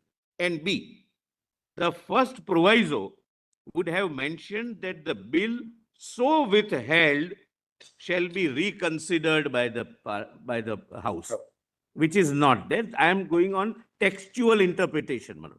In other words, the power of withholding in the main part of Article 200 is an independent and unqualified power.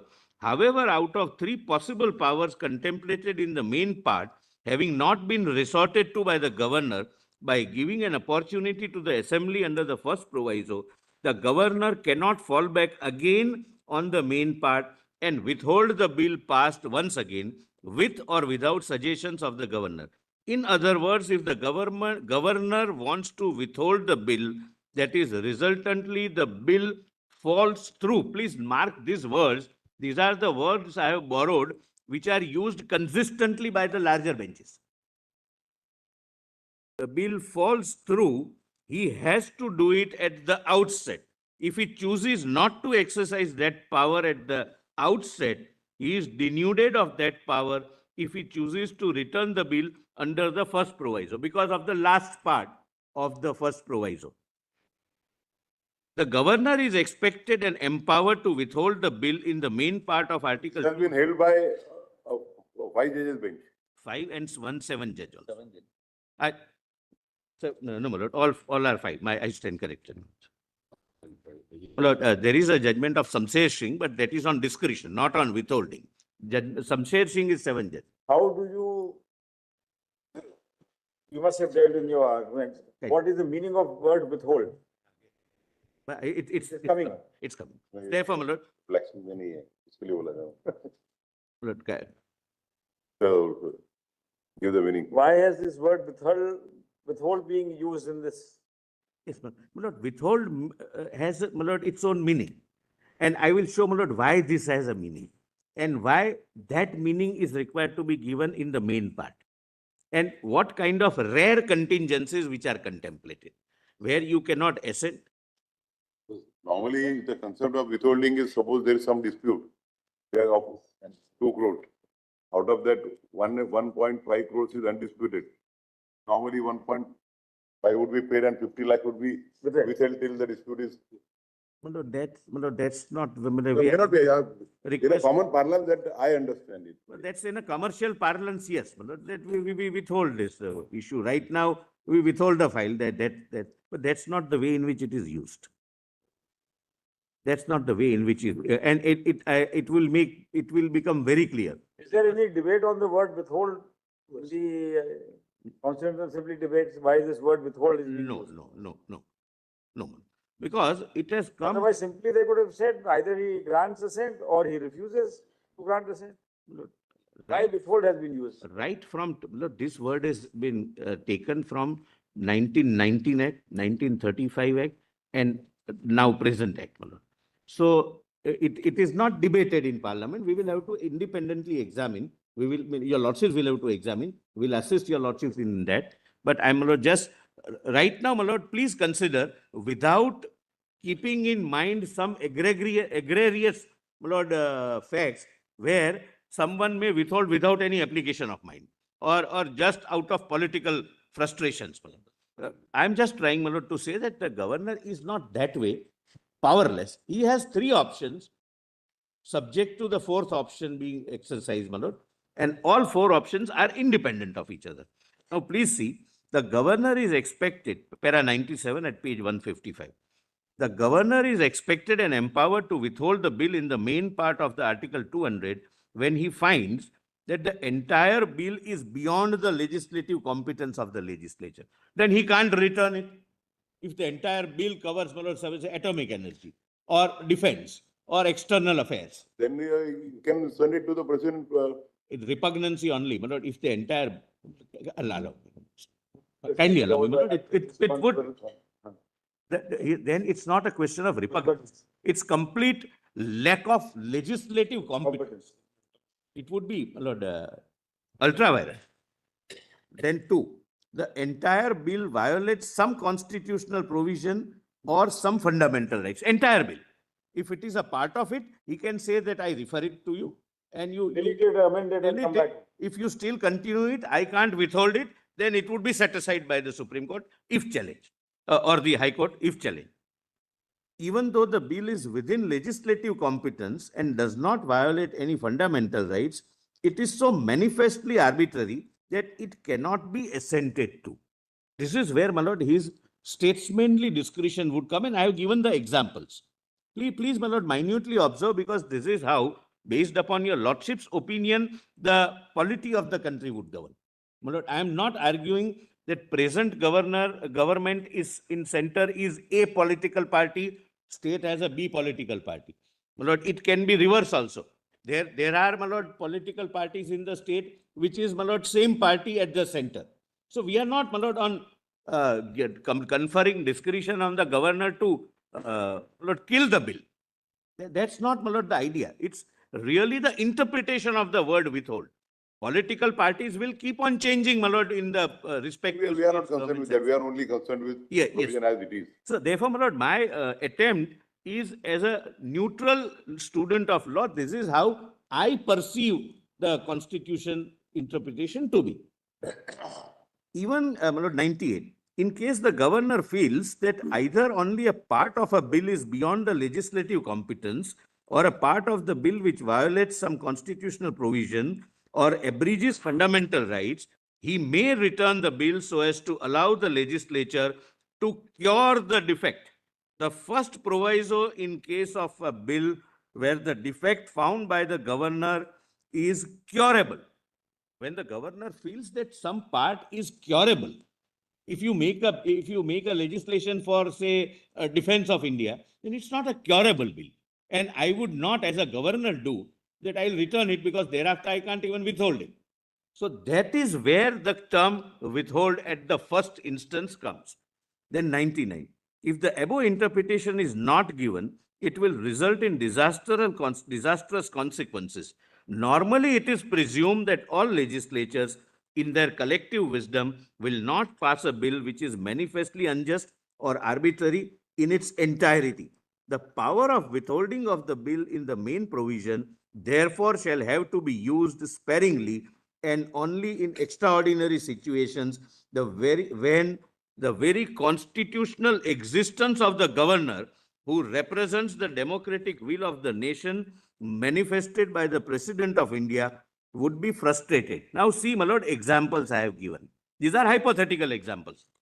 For example, if the legislature were to pass following bills, the governor would be abdicating his duty if he does not withhold the bills, as he can neither assent to the bill nor reserve the bill for presidential reference. 1. If the legislature were to remove the concept of reservation itself in the entire state. 2. If the legislature, while removing the reservation based upon the parameters of Article 15 and 16, provides for reservation only based on religion, that only Hindus will get reservation, or Muslims only will get reservation. 15, 16, we are not bound. Third, one state legislature passing a bill preventing residents of other states from entering in that state. Lord, this is a state subject. But the governor may feel, and this has happened, my lord, I'm a slight deviation. This has happened not by way of a legislation during COVID. I'll not name the states, my lord, and everyone was doing in their own right. There was, my lord, one state whose hospitals were flooded with patients. So they were sending the patients to the neighboring states. And the neighboring states was fearing that we will also now feel shortage. That matter was before me. Your lordship, my lord, knows. So, my lord, barricades were created that one state people will not come in the other state. It was, my lord, a different fact situation. But suppose a bill is passed. I'm just giving, my lord, an example. The state legislature mandating use of only one particular language as a mandatory requirement for all residents of that state. Look, it is, my lord, a subject of the state list. It can do. The legislature excludes a particular class of people from exercising right to vote, either based on caste, sex, education, or any other ground. Earlier, my lord, only there was, my lord, a limited franchise. All citizens of India were not entitled to vote pre-constitution. A bill is passed by legislature giving complete immunity to the entire cabinet or all elected members from criminal prosecution. Well, then I cannot, as a governor, act on the aid and advice of for the very nature of things, my lords. A bill prohibiting central agencies like income tax authority, etc., from exercising their statutory powers within the geographical limits of that state. A bill providing for provisions which undermine the authority of high constitutional functionaries like the President, the Prime Minister, the judges of the Honorable Supreme Court, etc. Now, last, a bill which deals with jurisdiction of the Honorable Supreme Court of India itself. Lord, before I examine this, please see the second proviso to Article 200. Second proviso, my lord, please come back to page 150. This is the classic example, my lords. I'm not saying, my lord, elected people are responsible people. They act through their collective wisdom. But there can be one circumstance out of 1,000 where such an aberration happen. Lord, please see the second proviso to Article 200, my lords. Provided further that, your lordship gets, my lord, the governor shall not assent to. My lord, first proviso said he may, my lord, return it to the house. Governor shall not assent to, but shall reserve for the consideration of the president any bill which, in the opinion of the governor, would, if it became law, so derogate from the powers of the High Court as to endanger the position which the court is by the position of which that court is by this constitution designed to fill.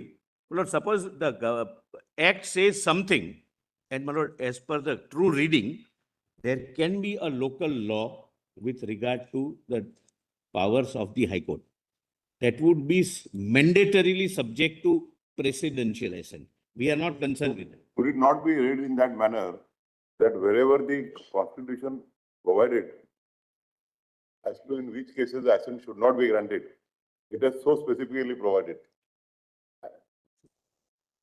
I'm on a different point. Forget, my lord, High Court. Suppose the legislature passes some act. When a specific power has been granted to the governor, not to assent to in a particular circumstance, and can it not be read that that power is not granted in other matters? No, it cannot grant, my lord. I'll come, my lord, on that textual interpretation also. Yes, but I'm just giving an example that suppose legislature passes a bill which directly deals with the powers of the Supreme Court. If it is High Court, I'm not on, my lord, whether I show that, my lord, only to show the absurdity of the potential bill. Your lordships are trying to find a solution, my lord, find some conclusion. I'm still on, my lord, the problem. And after your lordship sees the problem, my lord, possibly your lordship may be in a better position to find out the solution. Suppose, my lord, in case of a High Court, the governor is bound to send it. In other cases, he may not. That's the discretion, because the main part says he may assent, he may withhold, he may refer. But proviso say he shall refer. So I am using it against, my lord, the proposition.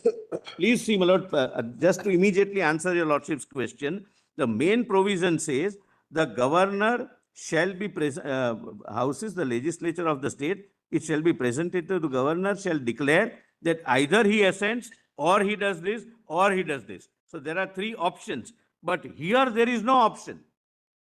Here he has to reserve it for the president. And therefore, my lord, my submission that in the main part, there are three options available, gets 45. Lord, be that as it may, my lord, I'll come to that. Now, my lord, please see para 104. It is pertinent to note that nowhere in the substantive part of Article 200, the term as soon as possible has been used. So this is again on the time, but when we are on Article 200, as soon as possible is proviso when he returns the bill. It was there earlier with time limit in the pre-constitution regime, which was taken away. It is pertinent to note that nowhere in the subsequent part of Article 200, the term as soon as possible has been used, which means that the Constitution did not intend to put any sense of time limit during the exercise of first three options. Moreover, the governor under substantive part of Article 200 can simply sit or withhold assent to a bill if he believes that the bill is unconstitutional and beyond any remedial changes, in which case the bill shall fall through or lapse, as has been observed in several decisions of this honorable court, referred hereunder. The framers of the Constitution consciously avoided putting any timeline for exercise of powers either under Article 200 and 201, which is evident from the fact. Well, this is again on the question of timeline, but let me complete this, my lord, so that also assists your lordships. The time limit prescribed as shown in the history was consciously dropped in Article 111 and was replaced by the expression as soon as possible. And B, the very next Article 201 in its proviso stipulates the time limit for 6 months. Now, my lord, I have given dictionary meaning of the term withhold. The time limit of 6 months is for the house, not for the. Not for the governor or for the governor or the president. no. My lord, That is for the house to reconsider. I'm and grateful. So, my lord, Suppose, it could be that if within 6 months, the house doesn't reconsider, it lapses. then the bill would lapse. Lapse. My lord, the point I'm making is not what happens to the bill. The point I'm trying to make is that whenever time is stipulated, it is provided for. You cannot read into it. It amounts to amendment of the Constitution. That's, my lord, a separate point, my lord, that I'll come to that. My lord, now, what is the dictionary meaning of the term withhold? This is not considered by, my lord, the debate in Constituent Assembly debates, as your lordship said, asked me. My lord, 106. My lord, as per the new international dictionary, withhold means to hold back, keep from action, to desist or refrain from granting, giving or allowing, keeping one possession or control. Refusing is also a part of the term withhold. Refrain from granting is also. Then return means to go back or come back again, to pass back to an earlier passover. Then, my lord, Black's Law Dictionary says withhold means to retain in one's possession that which belongs to or is claimed by another, and return means to bring, carry, or send back, the place in the custody, to place in the custody of, to restore, to re-deliver, to send back. Now, my lords, kindly come to 108. It is of utmost relevance to note that the constitutional requirement of expediency or a sense of urgency is incumbent upon the governor only when he decides to return the bill to the state legislature for reconsideration. This is evident from the expression, which I'll come to little later, my lords. My lord, please now come to my lord, directly, Lord, the judgment. Which judgment, please? I'll just, my lord, please come to page 164.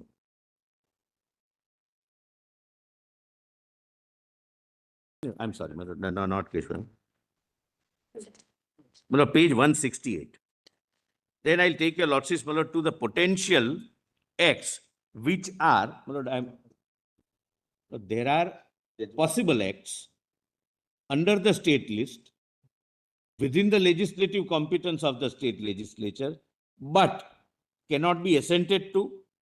There is no question of referring to the president, and returning is out of question, because even if I return it as a governor, and if it comes back, then I have no power of withholding. So I'll have to use that discretion on the first occasion. I have given the examples, I'll come to little later. Well, okay, kindly, my lord, have a look at page 166. Some examples, my lord. Where, what would the governor do, my lord? He is not just a postman. He represents the Union of India, appointed by the president. President is elected by the entire nation by way of an indirect election. And that is also a way of democratic expression, my lord. An individual who is not directly elected is no lesser than the individual who is indirectly elected. And again, the president acts as per aid and advice of Council of Ministers. And Council of Ministers are responsible to the entire parliament. This is the framework, my lord. This is the check and balance, my lord, which is there. Please come to page 166. Yes. My lord, Chief. 166. Well, these are the examples, my lord. A legislative session bill fixes only 2 sitting days per year. It is presented before the governor. Lord, then a confidence motion bill requiring 2/3 supermajority to test the council's confidence, directly contrary to the constitution, etc., etc. Now, my lord, kindly come to page 168, the case law. My lord, before I read the case law, Lord, the 2-judge bench in Tamil Nadu, forget the facts, I repeatedly say, my lord, the 2-judge bench in Tamil Nadu relies upon a 3-judge bench in state of Punjab versus Union of India. State of Punjab takes the view that the word withhold will have to be read with first proviso, that you withhold and return, which in my submission is erroneous on textual interpretation and is in ignorance of several 5-judge bench judgments exactly on the point. And those judgments, my lord, now I place for your lordship's consideration. Page 1. Looking at case law, there are Well, we may start, my lord, at 2, my lord.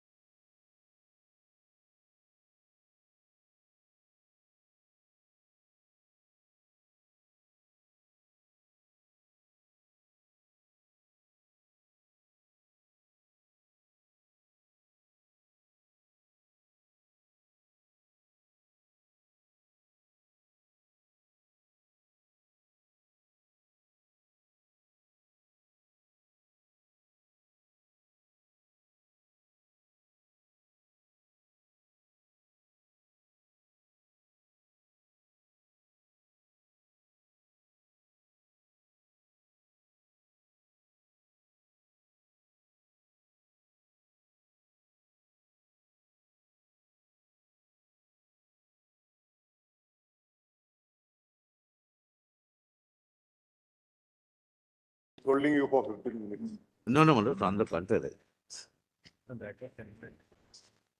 That was, my lord, temporary. There is not withholding as, my lord, we understand. That was withholding as Mr. Civil and the others understand. Yes. Probably is on your side today. Always this side. Always on. On the wrong He is side. always on the right side. Wrong side. Wrong. We are always on the right side of law. My lord, we are always on your lordship's right side. No, no. Last week, Mr. Kaul was on this side. And we were on the same side, You were- opposing each other. You were on the same side Opposing. till you change your view after the review. Lordship's Which I am not ready to make more for a cup of coffee. Yeah. Discussing lunches. Great. My lord, on this withholding, my lord, let me say something. My lord, I have one distinct advantage. And therefore, my lord, what I am saying is really on the interpretation of the Constitution. Why I say I have a distinct advantage. I had been a law officer of a state where state government was of a different political dispensation, central government was of a separate political dispensation. It's a reverse situation. Today, it is a reverse situation. So That time it was a reverse situation. it was a reverse situation. My lord. Today also, Just today. you would have been that side and you would have been this Yeah, side. yes. So I know, You my would lord, not have been on this side. You would have been somewhere else. Lordships are right. So, my lord, functionally, how, my lord, it functions, my lord, I'm aware of it. So it's not, my lord, my attempt to protect the power of the governor anyhow. But, lord, I must, my lord, request your lordships that these are all plenary constitutional powers vested upon high constitutional functionaries. A possibility of misuse or abuse may perhaps not guide your lordship's interpretation.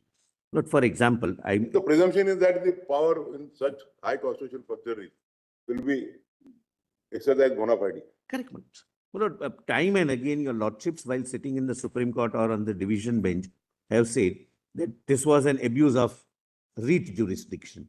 But then the problem is not with the writ jurisdiction.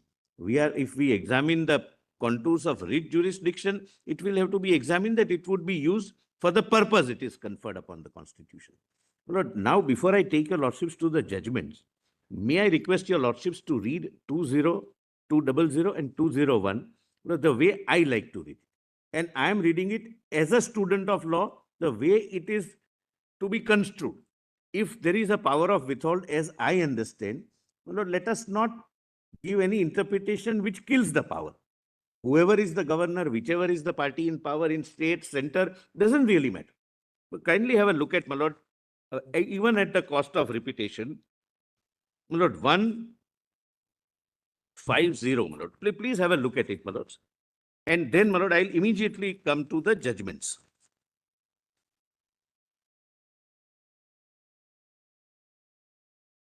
When page 150. When a bill has been passed by legislative assembly of the state or the council, it shall be presented to the governor and the governor shall declare. Either, my lord, would mean a choice. Either that he assents to the bill or, my lord, this is the second option, he withholds assent therefrom. So I'm withholding the assent of the bill. What is the meaning of withhold? I'll come to. Or that he reserves the bill for consideration of the president. He will have one of these three. Provided that the governor may, here it's not shall. Fourth option is given.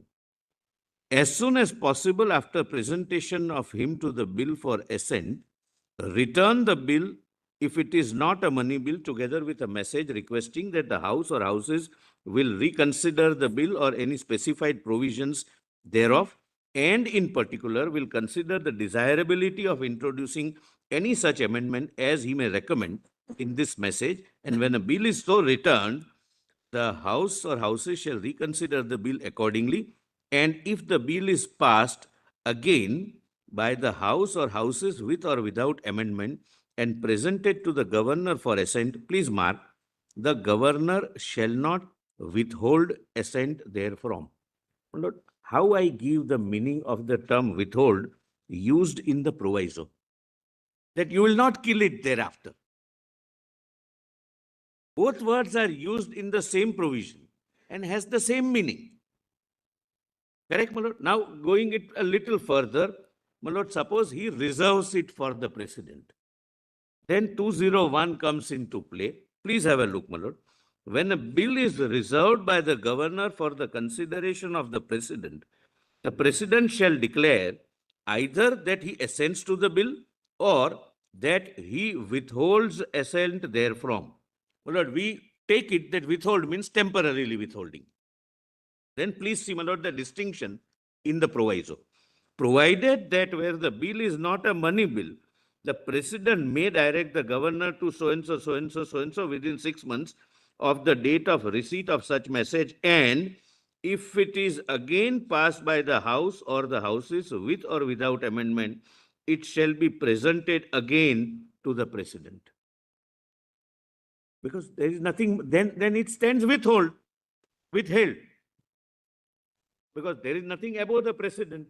That does not, it neither says, then the governor, president shall assent to the bill.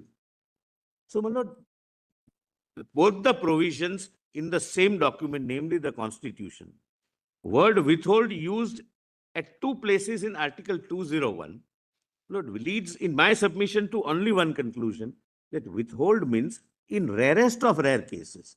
But that, no, sorry, this cannot be done. And I have given instances. For example, and without, my lord, giving any real instances, central passes a law and some state legislature passes, central means parliament passes the law, and some state passes a law based upon whatever considerations, that this law will not apply in my state. And the bill is presented before the governor. Can he assent? Answer is no. Can he refer it to the president? Answer is no, because it's palpably wrong. He can't return it because then he will be losing his right to withhold.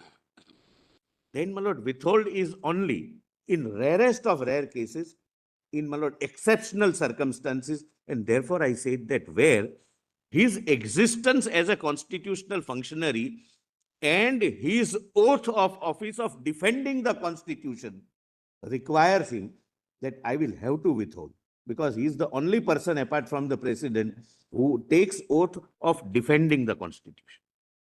Unless, my lord, this is read, the governor's office will merely become a post office. He can either assent or withhold it and send it back to the House. And if the House says, no, nothing doing, we go ahead, then he cannot withhold.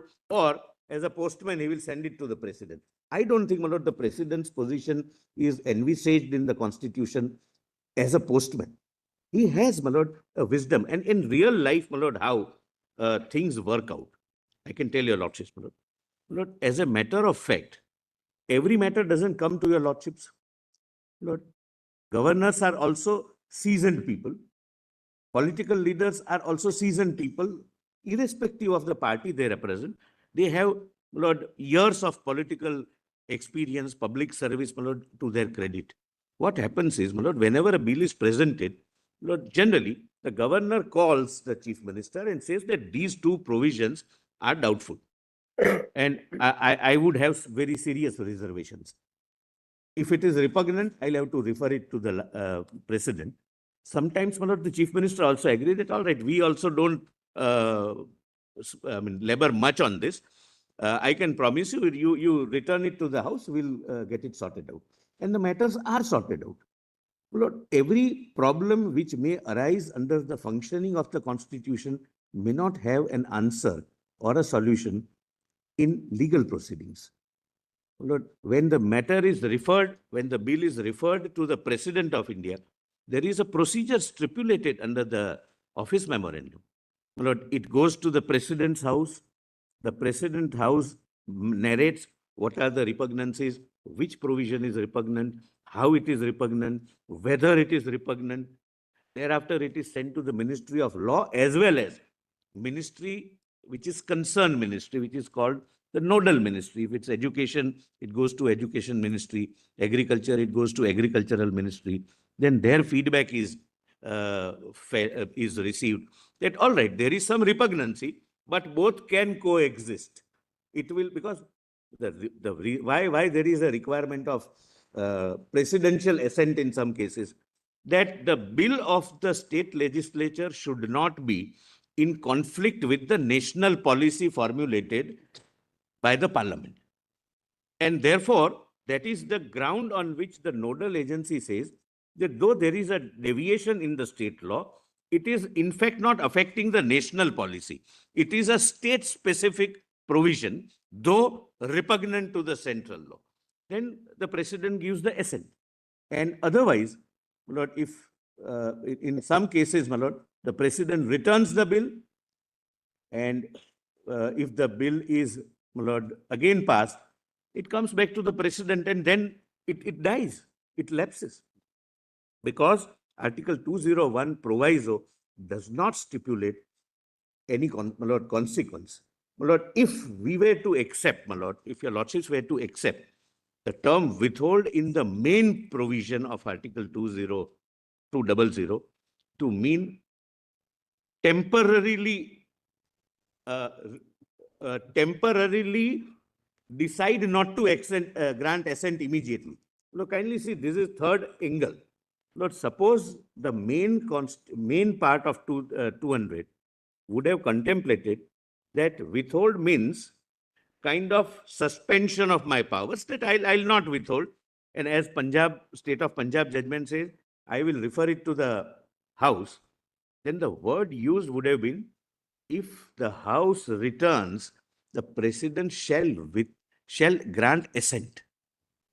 But it says it will thereafter not withhold. Means your right to withhold ends if you do not exercise the first time.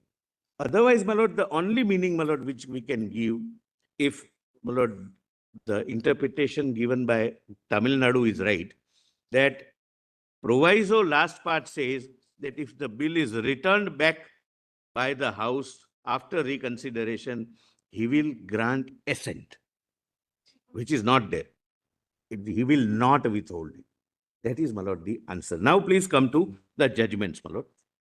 Page 168, my lord. The first judgment is Kameshwar Singh.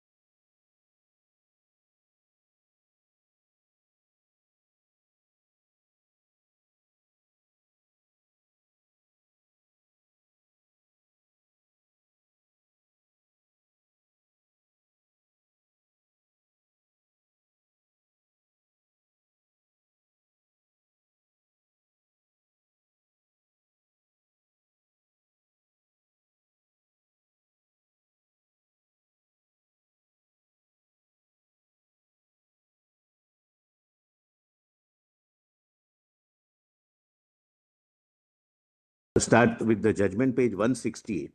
But, my lord, power being plenary in nature, it has to be left to his constitutional discretion, my lord, whether it is a case exceptional, not exceptional, my lord, that he will have to decide, my lord. That's the way, my lord, constitutional functionaries' powers, functions, responsibilities, limitations, they are, my lord, interpreted. That's my respect. Exercise of power under the Constitution is never in a vacuum. When the laws were made originally, it was an ideal situation was contemplated. Take classic example, 10th schedule. When the law was made, everybody supported. The biggest authority who we all can rely on is the speaker.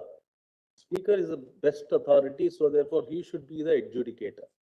Now today, if we are asked to interpret 10th schedule, where a challenge is made to the powers exercised by the speaker, we would, with our experience, decide it in a different manner. Constitution is a interpretation is a process.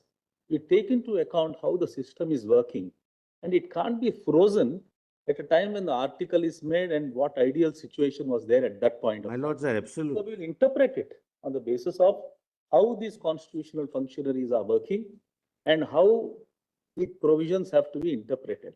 But without reference to the political process which happens, and it will be rather difficult for a About constitutional which the interpretation. court would Can- have minimum knowledge. my lords. So, Possibly. can the interpretation be static?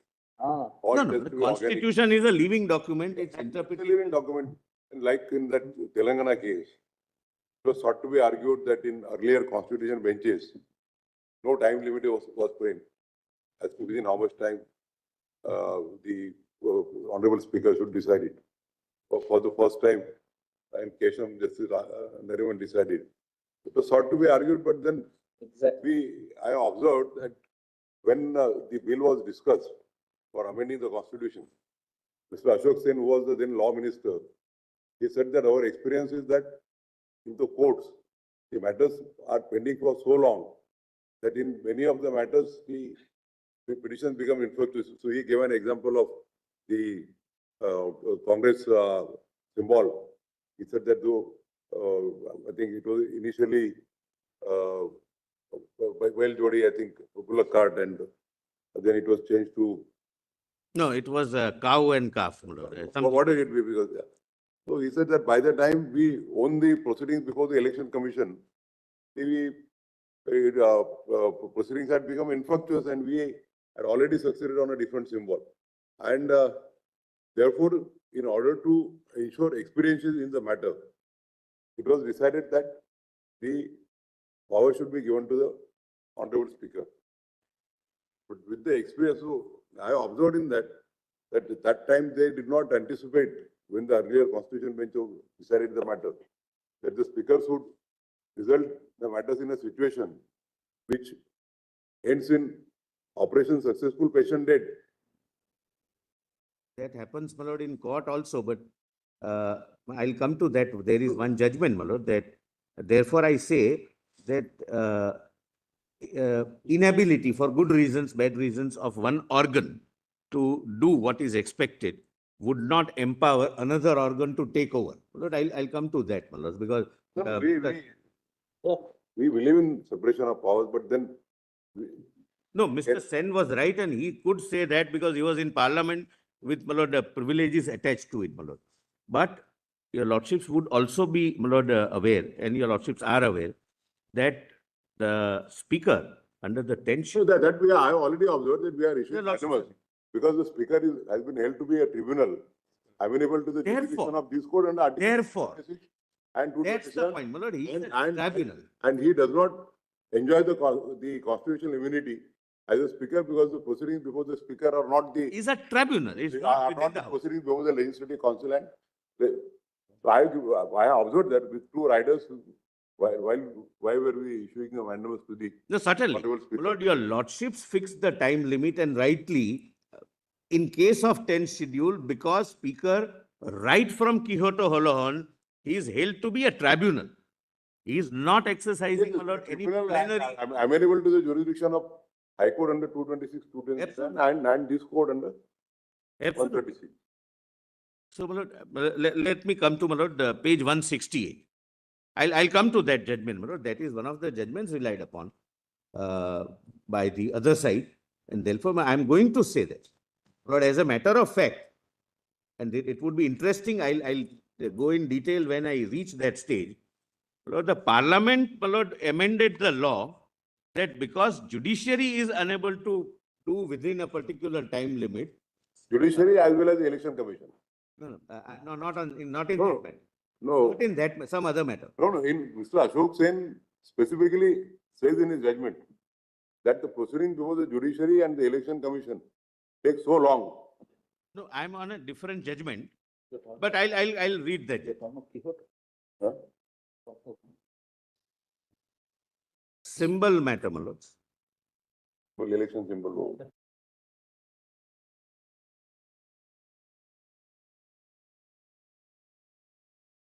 You know, I never want to touch on those I subjects. think it was a cow and calf, and then I think they won the elections on Punjab. Yes. Yes. The cow was, my lord, quite auspicious for them. That's right. We will not go into those issues. Let's not. We'll stick ourselves to the. Comment, brother. No, and in any case, I am asking a wrong person my lord, now. My lord, page 168. Please have a look, my lord, this. One? 168. My lord, the judgment. This is a 5-judge judgment. State of Bihar versus Kameshwar Singh. My lord, for two purposes I am relying upon. A, the governor is a part of the legislature and whatever function he exercises is quasi-legislative. The power of assent is quasi-legislative. And there are judgments on that, my lord, point. My lord, please come to, my lord, page 169. Which, my lord, my learned friend is right. It's legislative. Lord, 198, I have just highlighted. I am not right now saying this, my lord. I'll come to separately. The legislature of Madhya Pradesh consists of governor and the legislative assembly, but relevant is 235 at page 170. Where are you reading, sorry? I'm sorry, my lord. Page 168, the judgment starts. It's state of Bihar versus Kameshwar Singh. Para 198. Okay, you quoted in the para. Okay. Yes, but it's quoted, my lord. It is For a judge. Constitution bench. Highlighted. It's a 5-judge bench judgment. My lord, kindly see at 169. My lord, I'm at the foot. My lord, please come to page 168, para 20. Mr. Somaya's argument. Your lordship gets me? My lords get me. Yes. Mr. Somaya's argument based on clause 3 of Article 31. You are which at page, have- page? Page 168 168 bottom. at the foot, my lord. State of Bihar versus Kameshwar Singh, para 20. Mr. Somaya's argument based on clause 3 of Article 31, to which reference has been made earlier, is equally untenable. It is true that the legislature of the state includes the governor and that a bill passed by such legislature cannot become a law until, please mark, until it receives the governor's assent. Article 200, however, contemplates one of the 3 courses being adopted by the governor when a bill is presented to him after it is passed by the House or Houses of Legislature. 1, to give his assent, or to withhold assent, or 3, to reserve the bill for consideration of the President. Correct, my lords? The first proviso to that article deals with a situation where the governor is bound to give his assent and has no relevance here. The second proviso makes reservation compulsory, where the bill would, if it became law, derogate from the powers of the High Court, but such reservation, it is important to note, should be made without the governor himself having assent to the bill, giving assent to the bill. It is significant that the article does not contemplate the governor giving his assent, and thereafter, when the bill has become a full-fledged law, reserving it for the consideration of the President. Indeed, the governor is prohibited from giving his assent where such reservation by him is made compulsory. The Constitution would thus seem to contemplate only bills passed by the House, etc. Please come to 235 at page 170. Great. So how do you, the first proviso to that article deals with the situation where the governor is bound to give his assent. If it returns, if it is returned, that's what they say. Obviously, he cannot withhold, then he has to. Yes. My lord, he can withhold, or my lord, he can give assent, or he can even still refer. He can still refer. He may give an opportunity to the legislature. So according to that is his choice. Either he can withhold No, I'm or send it to the, or return it to the legislative house. No, my lord, I'm sorry, my lord. I'll again, my lord, make myself clear. He has 3 options in the main proviso. He can grant assent straight away. He can withhold, which according to me, the bill lapses or bill falls through, as Supreme Court says. And third option, refer it to the president. Fourth option, other than these three, is when he feels that there is some repugnancy somewhere or there is some tweaking required somewhere, then with his message, he will send it, he will return it to the House with a request to reconsider it. When the House reconsiders it, then the embargo is he cannot withhold, but he can still say that, all right, you have not considered my suggestion, you have not removed the repugnancy or whatever difficulty I have suggested. I now refer the matter to the president for his assent. That is not prohibited. Correct, Mullah? Now please come to 235. Great stress is laid on the words law and the legislature of a state. It is stated that the clause postulates a law made by the legislature of a state. Reference is then made to Article 168, which provides that for every state there shall be a legislature which shall consist of the governor, and so far as Madhya Pradesh is concerned, of one house, that is Legislative Assembly. The argument is that Article 31(3) requires that a law must be reserved for the consideration of the president. If a bill passed by the assembly is reserved by the governor for consideration of the president without giving his own assent thereto, it cannot be said that a law is reserved for consideration of the president, for up to that stage the bill remains a bill and has not been passed into law. Therefore, it is urged that after a bill is passed by the state assembly, the governor must assent to it so that the bill became law, and then that law to have effect must be reserved for consideration of the president. This admittedly not having been done, the provisions of Article 31(3) cannot be said to have been complied with, and therefore the act cannot have any effect at all. I am unable to accept this line of reasoning. For one thing, it assumes that a bill passed by the state assembly can become a law only by the assent of the governor. That is not so. Now please see. The procedure to be followed after a bill is passed by the state assembly is laid down in Article 200.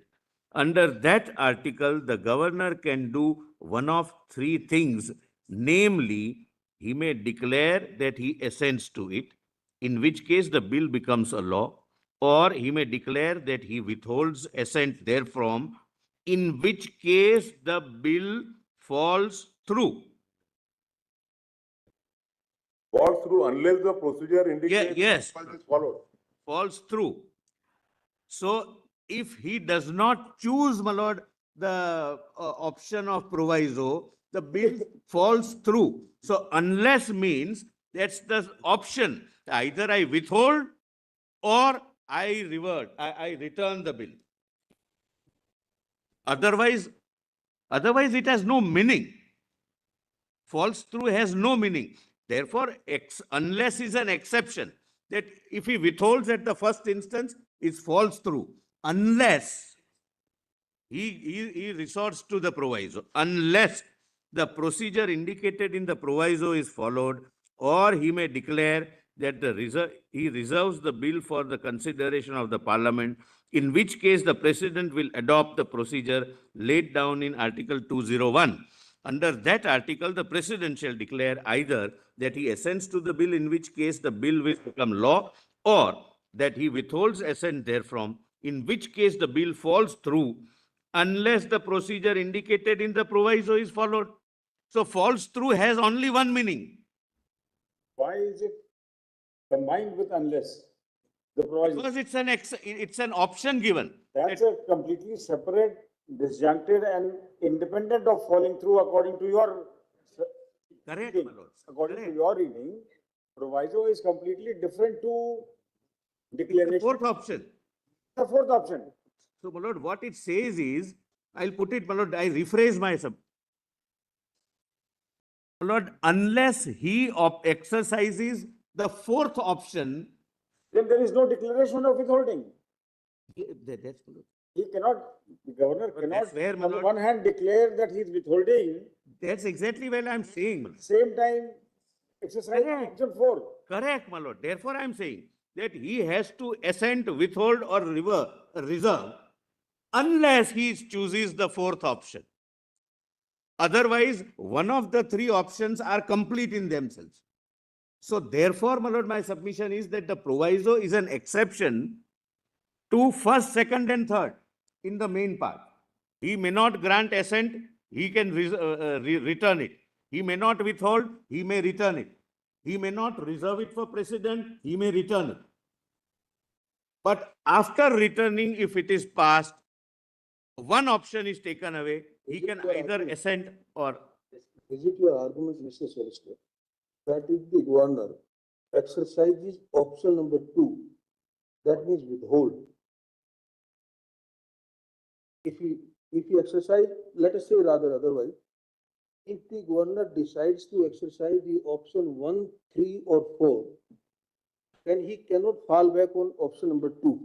Yes, Withhold. yes. But if he exercises option number 2 as the option number 1, First he option. still have the prerogative to exercise option number 4.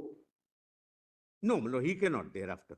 According to him, Unless, according to him, if the governor chooses to exercise option 2, withhold, the bill falls through. it falls through, but then Unless is the word used in the judgment, it's not in the Prejudice. article. unless the procedure indicated in the proviso is followed. Meaning thereby, Beforehand.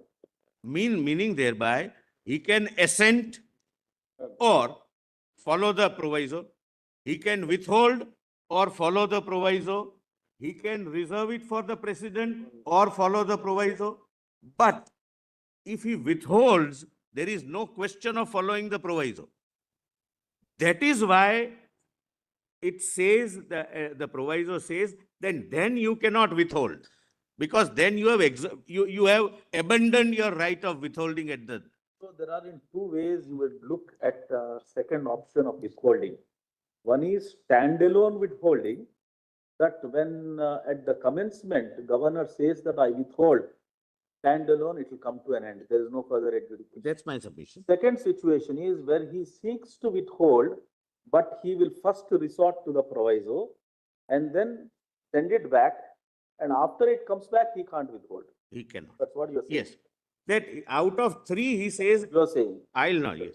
Out of But 3, your contention basically is that the standalone withholding and straight away tell him that I am not going to grant you any further will disentitle the governor from invoking the proviso second time. I'm grateful.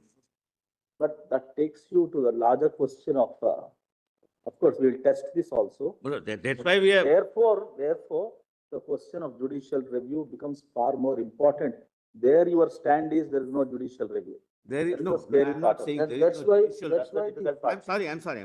I am saying it's not justiciable, and Supreme Court has said. Same thing. That's why Supreme Court. expressions, Can't be two replaced. expressions shall declare acquires lot of eminence and importance, because shall declare means that it's not a simple empty declaration.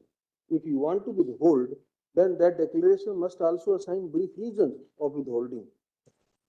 Otherwise, that how to exercise the power of judicial review? You have a. My lord, your lordship, sir, my lord, I am yet to argue on judicial review and justiciability. My lord, there are several powers under the Constitution where we are not, my lord, for example, President also, my lord. So like secondly, in the context we Only are a- saying that if the second option is exercise withholding, that he withhold, and then he can't exercise the other options. Yes. If we are talking of, Other option of returning, yes. Mr. Mehta, if we are talking of the wider powers of the governor, then why this curtailment? Today, he decides to withhold it Yes. because he feels that this bill is completely extra constitutional. This is so and so. Then later on an advice, he feels that if with certain amendments, certain modifications, this bill can also pass the muster of the Then he can, constitutional. he can, Therefore, what prevents him to exercise option number 4 to return it with that message? And let us, how to read this curtailment of power under 2 in a fact situation, my lord, suppose he withholds, Absolutely right. Tell you, because that's the political process, how it occurs. that's exactly. Not like a. It's quite possible that the chief minister may go and say that please don't withhold. That the way political process occurs is not adjudicatory. where a decision is taken. It's nothing like a decision taken. Even assuming that the governor says that I withhold, again, political process can again knock on his door. He can still open it and say, okay, all right, I see a reason, then I'll send it back to you, reconsider, and then send it back.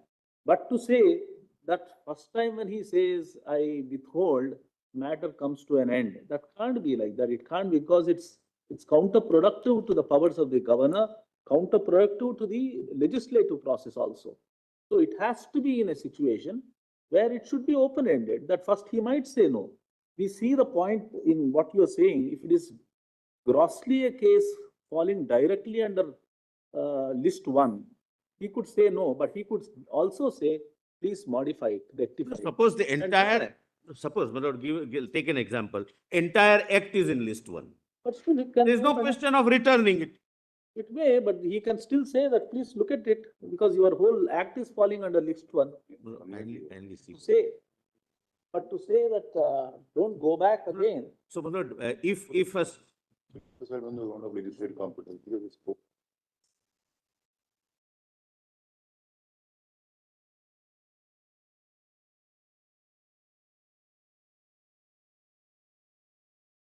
Lord, suppose, I'm sorry. And the bold portion which you are just reading.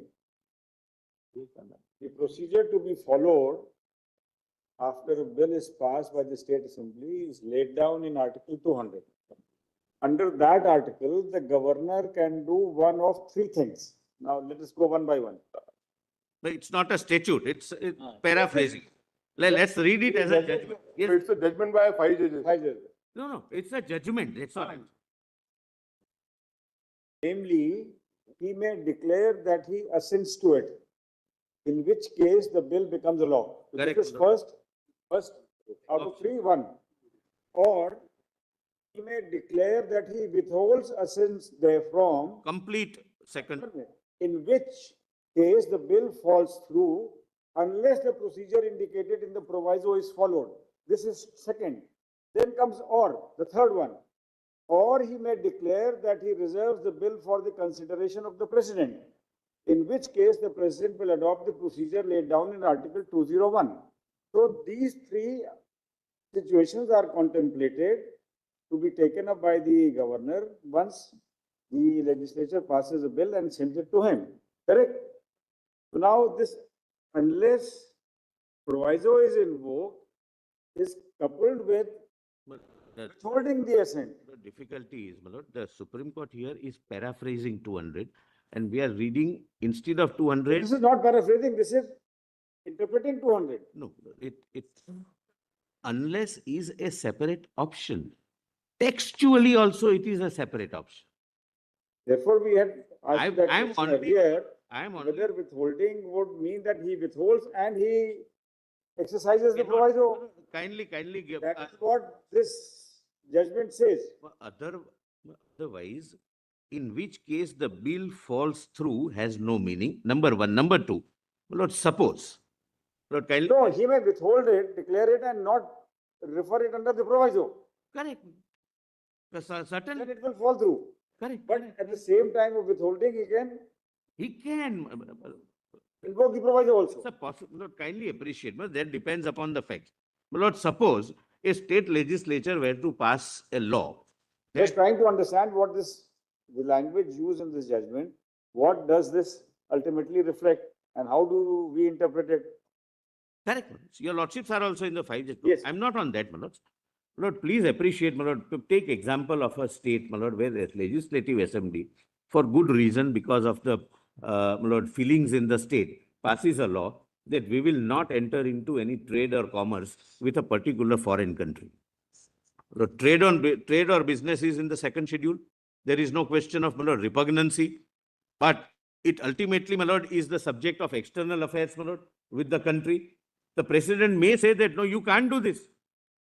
There are several examples, my lord, which we can give, where something is so abnormal that president will have to say that withhold, I can't, my lord, suppose a bill is passed, my lord, regarding defense of the country.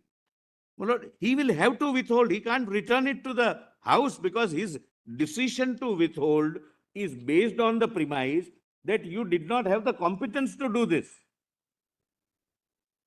So then, my lord, Raja, my lord, Bhairendra Narayan In Bhup, any case, the Kameshwar would be with regard to protection under 31A and 31B. Ah, The question with regard to 200, no, so 200 is, my lord, examined. it's only going. 200 is examined. This is precisely, that was the question which fell for consideration, and it is, but if we want to find out a distinction, there can be other distinctions. no, because every judgment has to be read in the facts, in the context of the facts. I bow down, my lord, to that proposition. There cannot be any difficulty, my lord. Because the main argument appears to be, It was a different context in the sense that it is answering a question, saying that it becomes automatically law. He says in reply, saying it doesn't become automatically law unless it is assented by the government. In that context, it was said. My lord, Raja Bhairavendra Bhup, my lord, was under the Government of India Act, but the same words I have already pointed out to your lordships, my lord, are used. Please see. Dealt with the constitutional validity of Assam State Acquisition of Zamindari Act and whether it was within the competence of the state legislature in the peculiar facts, etc. My lord, please turn the page over. Broadly speaking, it may be said that a bill begins to pend with its introduction in the legislative chamber and it ceases to pend, A, when it lapses under section 73(4), B, when the governor declares that he assents in his majesty's name to the bill, in which case the bill ripens into an act, or C, when the governor declares that he withholds his assent therefrom, in which case the bill falls through, or when being reserved by the governor for the consideration of the governor general, the governor general acting under section 76 declare that he assents in his majesty's name to the bill, in which case also the bill becomes an act, or when having been so reserved by the governor general declares that he withholds his assent therefrom, in which case again the bill falls through. F, when the bill having been reserved by the Governor General for the signification of his Majesty's pleasure thereon under section 76(1), the Governor under section 76(2) makes known by public notification that his Majesty has assented thereto, in which case again the bill becomes an act, and lastly, when no such notification is issued by the Governor within 12 months from the date on which it was presented, in which event also the bill comes to an end. Lord, because there was a time limit, otherwise it would lapse. In short, a bill may be said to be pending as long as it does not lapse or it does not become an act by receiving the assent by the appropriate authority, or is not terminated by withholding of assent by such authority. Withholding has been given this meaning and this meaning only. It's a complete event, my lord. Once the governor says, I withhold, lord, if that is not a wise thing, then it is for the parliament to amend. But this is how judicially it has been interpreted. The contention of the appellant is that when the bill under... Yes, but now please see my lord, page 173, Purushottam Nambudri. My lord, again, a 5-judge bench judgment. My lord, what I read was also a 5-judge bench judgment. Yes. Then Valluri, Basavaiya Chaudhary, my lord, I have, my lord, cited at 2 places, but I'll read it at page 173. One was cited to say that it is a legislative act. Grant of assent is a legislative act. And therefore, my lord, I would, my lord, come to that submission that there is no principles of natural justice or reasons, etc. It's a legislative act. It's a plenary constitutional power to be exercised by a high constitutional authority whose my lord, wisdom or bona fides are not to be doubted. Lord, please see at the foot, my lord, 173, it is submitted that Union of India versus Valluri Basavaiya Chaudhary. My lord, it's again a 5-judge bench judgment, my lord. My lord, none of these judgments are cited in Punjab, state of Punjab versus Union of India. 3-judge bench. Not even referred to. And in Tamil Nadu, Tamil Nadu refers, but I'll show, my lord, how it says they are, they rely, Tamil Nadu relies on Punjab and say that these are per incurium or something. I'll come to per that. incurium. How can 2 judges say that 5 judges bench are per incurium? My lord, Pavitra, it says it's for. my lord, there is one, Indra is that said to be per- Pavitra is, my lord, a 2-judge bench judgment, Yes. where Pavitra- all this is considered, and Tamil Nadu says, Pavitra 1 or Pavitra 2? Pavitra 2. Pavitra 2, my lord, it follows 7-judge bench of Samsher Singh. And the, Pavitra 2 was with regard to reservation. correct, my lord, but it was reserved for the president, and this question squarely arose about the justiciability, etc. Well, I think one of the Pavitras was two judges. Both are 2 judges. The one which is declared per incurium is by Justice, I was part to that bench. no, my lords were not. The, what is, I have held Pavitra to be per incurium in some matter. That is in Journal Singh with Justice. but that is on the question of reservation. On the reservation. On the reservation. My lords were sitting with Justice Vishwar Rao. Nageshwar Rao and Justice Khanna That's correct. in, my lord, Journal Singh. Jarnail Singh. But that is on a different point. But that's on the reservation of reservation, reservation. Yes. not on this 200. Here, my lord, Pavitra, this question squarely arose. Pavitra refers, Quantifiable data. yes, my lord, On the issue of quantifiable data. So correct. Quantifiable data and designated commission, etc. my lord, but that was a separate issue, my lord, that we are not concerned. Here, my lord, Pavitra dealt with Article 200 and 201 with these judgments, 2-judge bench judgment, my lord, Justice Chandrachud and Justice Lalit, which is declared to be per incurium and relying upon, my lord, Punjab in Tamil Nadu case, my lord. My lord, now see Union of India. Surprised when you said that the Tamil Nadu judgment says that the constituent benches are per incurium. Only on one point. On one point, I'll read that. I'll read that. I'm not criticizing the judgment, my lord. I'll read what is written, my lord. I can't improve upon it. I can neither improve upon the text of the law or the judgment, my lord. I can only place it. My lord, Union of India versus Valluri Basavaiya Chaudhary, again, my lord, 5-judge, not cited in Punjab.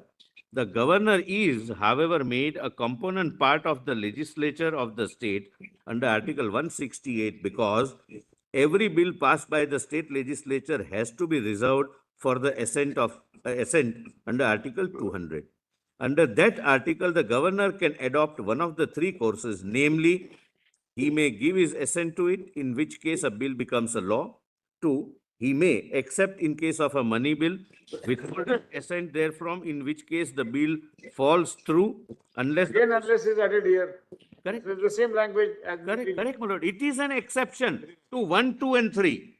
I have no difficulty, but it's not an exception to 2. But, And- there is no direct judgment so far which holds that the governor has the power to withhold the bill permanently. My lord, I have read, my lord, one judgment. It says it falls through. No, but both the judgments, it falls through. No. No, that judgment which you are relying, Whoop. no, it doesn't consider 200, it considers the Government of India Act of 1935. Same identical, perimaterial. Wherein timelines are also provided. Timeline has no, my lord, relevance. Timeline, according to the time, it's all on the timelines. The 1935 Act provided no timeline. I'm sorry, my lord, I'm sorry. Yeah, it can be distinguished on other ground. Timeline is a separate issue. The text of 200 may be paramateria to 73, 74 of the 1935 Act. Correct, my But lord. there is a slight distinction. It's not as, the words are not 100% imported from the 1935 Act. I'll, my lord, show the show, my lord, the, both the provisions. So- My lord, so- timeline is the seventh option, that if it's not done within 12 months, then it lapses. That's the only addition, my lord, there is no change. My lord, as a matter of fact, Government of India Act, which is considered, had no timelines. But even if, my lord, there is a timeline, it is the last option that then it lapses. It's an option of the legislature. My lord, please see page 143 is that provision. Page 143. Page one. 143. My lord, your lordships have read it, my lord, the 143, my lord, the 75 of Government of India. Perimeteria provision, my lords. And there was no timeline stipulated. The court says that if it is returned by the president, I'm sorry, my lord, the Chief Justice is reading, sir. Have a provision in his discretion. 35 Act. In his discretion. Where are you reading? Have a look. I know, I have highlighted it. You possibly missed when I was arguing. Yes. Difference. My lord, I can have a discretion of A, B, C. Correct. Correct, my lord? One provision. Second provision says that I may do A, B, C. So the word discretion being taken away. Judgments which we have been reading just now, they club your may with two. No, my lord, I'm saying something else. I'm on a discretion that the word No, you are replying to Mr. Sibal. Yes. You address the point, why you have to reply to him? I am responding to his interjection, my lord, which was out of context. There. No, because in that Raja, Bhairav, Indra, Narayan book, Yes. there is also a reference to section 73(4) of the Government of India Act. So we don't have that section 73(4) here. We do, it says it should be. In the notes, it is not here. No, only Mr. Sibal, Dr. Singh is back. This has been in and out many times. Yes. I've been tracking and every day well before my turn comes. No, he tracks every court, not only this court. He tracks every court. As I don't get all the accommodation he gets in Passovers. No, he tracks every court. There appears to be some different scheme under the No, 1935 Act. let me show, my lord, that scheme. What was that? I'm there, Mr. Sibal. You can rest assured. PDF 382. No, you just said it's the same, therefore I was, okay. निकाल लेना volume को. PDF 382. And now this logic, just as an aside, if you apply this to 111 of the Constitution, if the Parliament passes a bill, the President of India can withhold it, and it lapses. The same logic will apply to 111. Why are you angry? If No, that but is so, then- that is so. No, but then he distinguishes that, About it. That's the that, Constitution. his answer to that is that the president has no discretion. He has, Whereas the governor has a discretion. How can he that be? that's the scheme. If the language of 111 is he can give consent or withhold consent. Just see 111. Lord, but president Which is means when the supposed. president, if Parliament passes a law, he can withhold dissent. How can that be accepted as the constitutional principle? It's too general a proposition. How can something be accepted as a proposition? So that is the constitutional provision. President is bound by aid and advice. Let us There is no understand, option. let us understand the plain language of the constitutional provision instead of the consequences. Correct. Consequences will come later on. First, let us understand this part. I think problem is that probably two constitutional bench judgments say the way No, there are further. But can I complete the judgment? Okay, yes. But the scheme under the old 74 and 200 appears to be somewhat different. No, my lord, kindly. 75 also. Let Mr. Sibal, my lord. No, I'm just pointing out the page. No, you are saying that there are no timelines. If you read 74, I, 74(2), there is a specific timeline of 12 months. having a timeline has no relevance with this part of the judgment. That's what I'm saying. Okay, can I, my lord, again read it? Let us again. So therefore, But can I read? When we interpret 200, we will be more guided by Kameshwar and Valluri Baswaya than that Bhairava, Can I read? that Raja Bhairavendra. Lord, can I remove that impression of timeline affecting the? No, but when we have judgments directly on 200, why should we go on a judgment of a British Act? You yourself argue that we have interpreted Indian law, so why should we go to the American and It's not American, it's an Indian law. the 74 Government of India Act? No, it's a Supreme, your lordship's judgment. But now we have our own constitution. Who is your lordship's Because judgment? our judgment interpreting 74. I can't argue, my lord, if your lordships are a respondent. No, it's our judgment interpreting 74. Correct, my But lord. when we have direct judgments interpreting 200 of our constitution, why should we go to the interpretation on 74? Scheme is same, number is different. We are saying prima facie it doesn't appear to be identical. Therefore, my lord, that prima facie impression, can I? Then why don't we restrict ourselves to the interpretation of 200? When there are judgments on interpretation of 200, Can I, my lord, remove that prima facie impression? yes. Kindly have a look at section 74. Subject to the provisions of this section, a bill shall not be deemed to have been passed by the chambers of the legislature of a province having a legislative council unless it has been agreed by both. My lord, we are not concerned. Then your lordships may kindly come to 75. My lord, 75 is relevant. My lord, at page 383. The court is on. 383, My lord, if your lordships. volume 4.1. Section reading. It's same, my lord. 73, my lord. Yes, we are. 75. Both discretion. My lord, I would request Mr. Sibal, my lord, to. These are prima facie observations. Neither I should feel discouraged, nor. No. We are hearing you, but since we should understand the subject, therefore we must know. Exactly. I am just, my lord, requesting Mr. Sibal not to be happy. It's little too early to be happy. That's all I'm saying. Whereas 7. Then there is no question of one being happy or unhappy. You do your duties, we do our duties. We are That's all. capable of making him happy and you happy both. Yes. Don't But here it's a presidential reference. Nobody wins or loses. Yes. 75. This was more on interjection by him, not on the court asking questions. Obviously, we are bound to answer.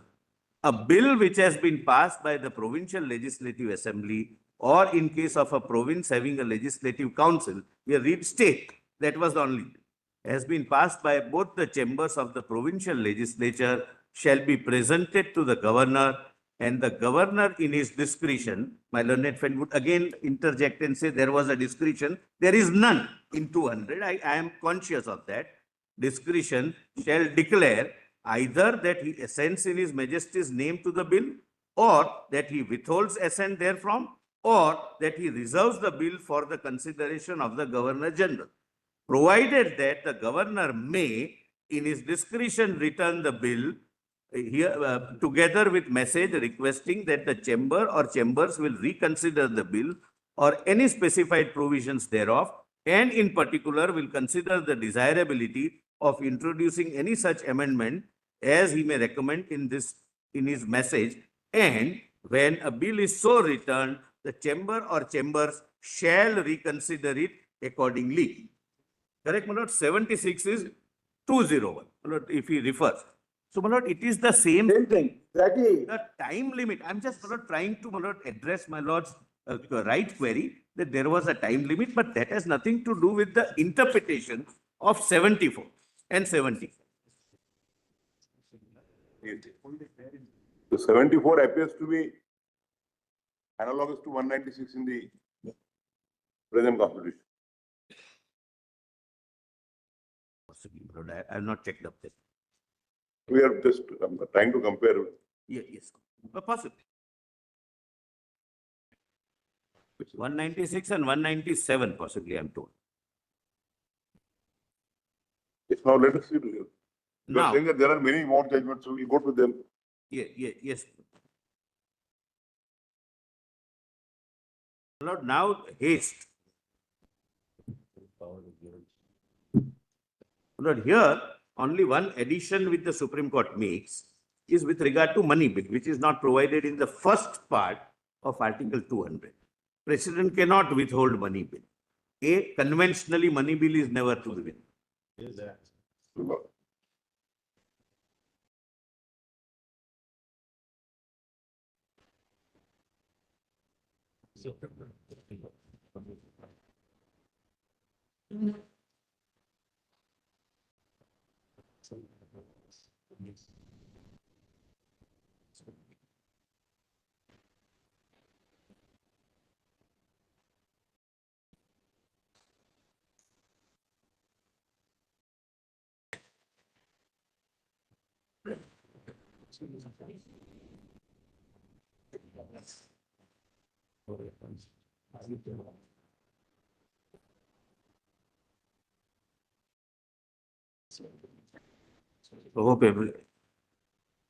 Hope everything is fine. Yes, sir. So now there is a three-judge bench judgment of haste. Yes. A haste or my lord, hext, my lord.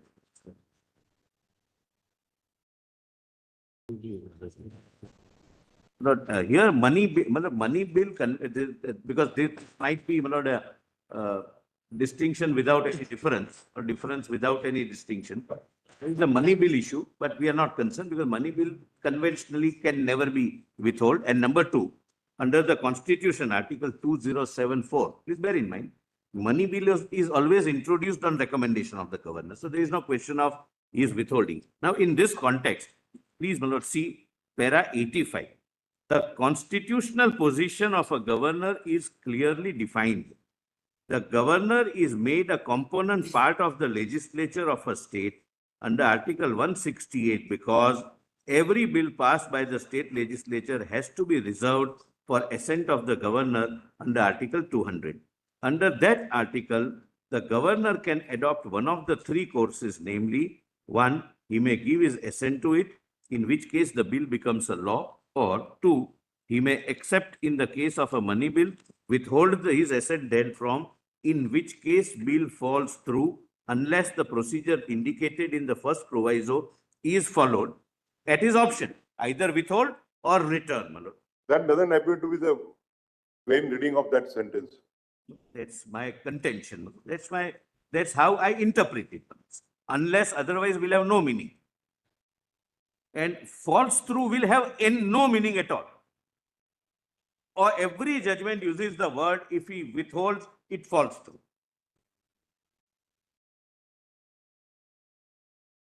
My lord, again, please examine from one angle and please remove for the time being that impression. Which we are not there. I'm sorry. We are not gathered any impressions so far. We are. No. That why unless is to that impression, unless is to be read. But the meaning of the word falls through means. We quite understand Another, that you want to distinguish a situation where he withholds or where he decides to return it to the assembly. Then in that case, his power to withhold will be temporary. And if the legislature on the second occasion decides to go by the bill, then he will have to grant assent. Go by the bill with or without modification, even Yes, if. he will be bound. But when he exercises his powers only to withhold, then he can do it absolutely. I'm great. We appreciate this. Whether your lordship accepts or not, this is what That is your argument. So that's my submission. so your argument is rightly registered by us. Pardon, my lord? Is rightly registered by us. No, registered, my lord. Yes, registered. Yes. Yes, your lordships have rightly registered my argument. Ball will falls through unless the procedure indicated in the first proviso is followed, that is returned to the bill to the assembly for consideration with a message, or he may, on the advice of council of ministers, reserve the bill for consideration of the president, in which case the president will adopt the procedure laid down in article. Lord, now kindly see, my lord, the incongruity which will arise. Lord, suppose the governor is supposed to act on the aid and advice of the council of ministers generally, unless, my lord, the question of withholding comes. Why I say this? No council of minister would say that my assembly has passed a bill, you please withhold it.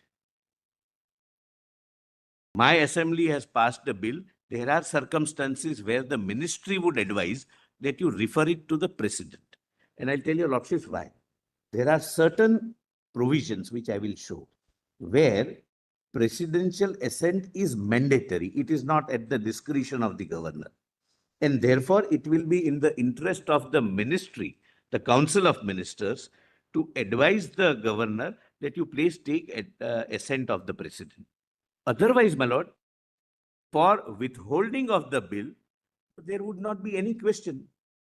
And unless, my lord, that is read as a discretion conferred upon the government, my lord, upon the governor, my lord, there are several situations, my lord, I'll come to, which will not be able to, my lord, reconcile with the constitutional scheme. Even the ministries, the council of ministers can request him to withhold. Lord, please take pre-10th schedule scenario where there was no whip. Correct, Manoj? There is a council of ministers consisting of 15 people. They lose majority and a bill is passed in the house which is not of the liking of the council of ministers. There was no 10th schedule, my lord, prior to 85. And we are dealing with Article 200, which is since 47. Maybe the council may advise him to withhold, saying that this is, I am not agreeing to this. And he may, in his discretion, can still say that no, it is passed by majority in the house. You may not enjoy confidence of the house, but it is passed by the house. I will grant assent. Or he may, in his wisdom, call the chief ministers and say that I am returning it to the house. You go and convince your people. That is where, my lord, his statesmanship comes. Lord, what we are, my lord, undertaking an exercise is that a rogue governor would act in this particular fashion, and therefore we have to interpret in such a manner that he cannot act in this fashion. Therefore, my lord, I am repeatedly requesting the Honorable Court, and my arguments are molded accordingly, that consider an ideal situation and interpret. Lord, keep possibility of abuse in mind. But we quite appreciate your submission that when a power is vested with a high constitutional functionary, it is to be presumed that the power will be exercised properly and in a bona fide manner. And we can't proceed on a presumption that the power would be Everybody would misuse, or in all cases it would be misused. or an possibility of the misuse of power cannot be a ground to challenge the validity of a power. Or even interpret it differently, my lord, if the intention is very clear. Don't be under the impression that we are asking because of the prejudice in the way the governors are acting. That has got nothing. No, I'm very Testing confident. the proposition. That's My lord, it is that confidence, my lord, with which we have come before your lordships, that please advise us. You are also not aware about How the governors are acting. Yes. Well, there are several situations, my lord. These are all political issues, and my lord, I'll come to that as a legal proposition. So therefore, at least I always say that let this not be a battleground for political. We will decide, we'll interpret the constitution as it has to be And interpreted. my lord, there are several issues where the solution lies elsewhere. Every problem need not be and cannot be solved by the third, my lord, one of the organs, namely the judicial. Third chamber. No, Like Pandit Jawaharlal Nehru, while introducing 31A and 31B, he said that when we determine the compensation in order to advance the social and economic justice, court will not go into it. we expect that the Supreme Court and the High Courts would not act as a third chamber. Third chamber, yes. No, in fact, thereafter it was prohibited also that the court cannot go into. Yes, but then that has been set aside. That those amendments have been set aside not once but twice. The executive or legislature has never been permitted to encroach upon the third organ of the state. I leave it at that. You want us to comment on that? No. No. No, Manoj. My statement was like withhold complete.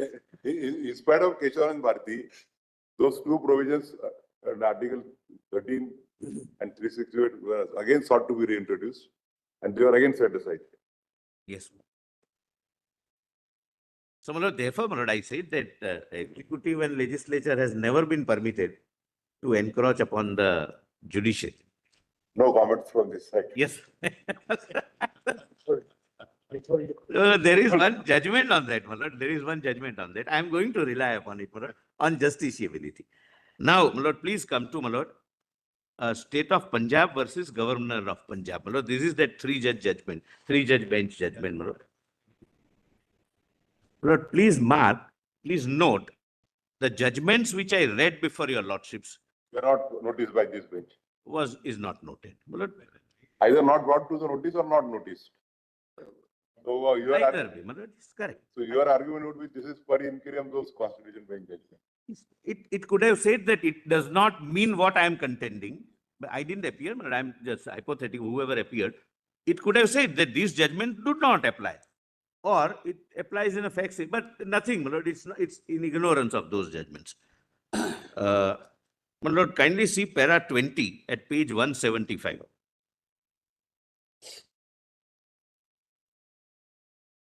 The present case turn upon, I'm sorry.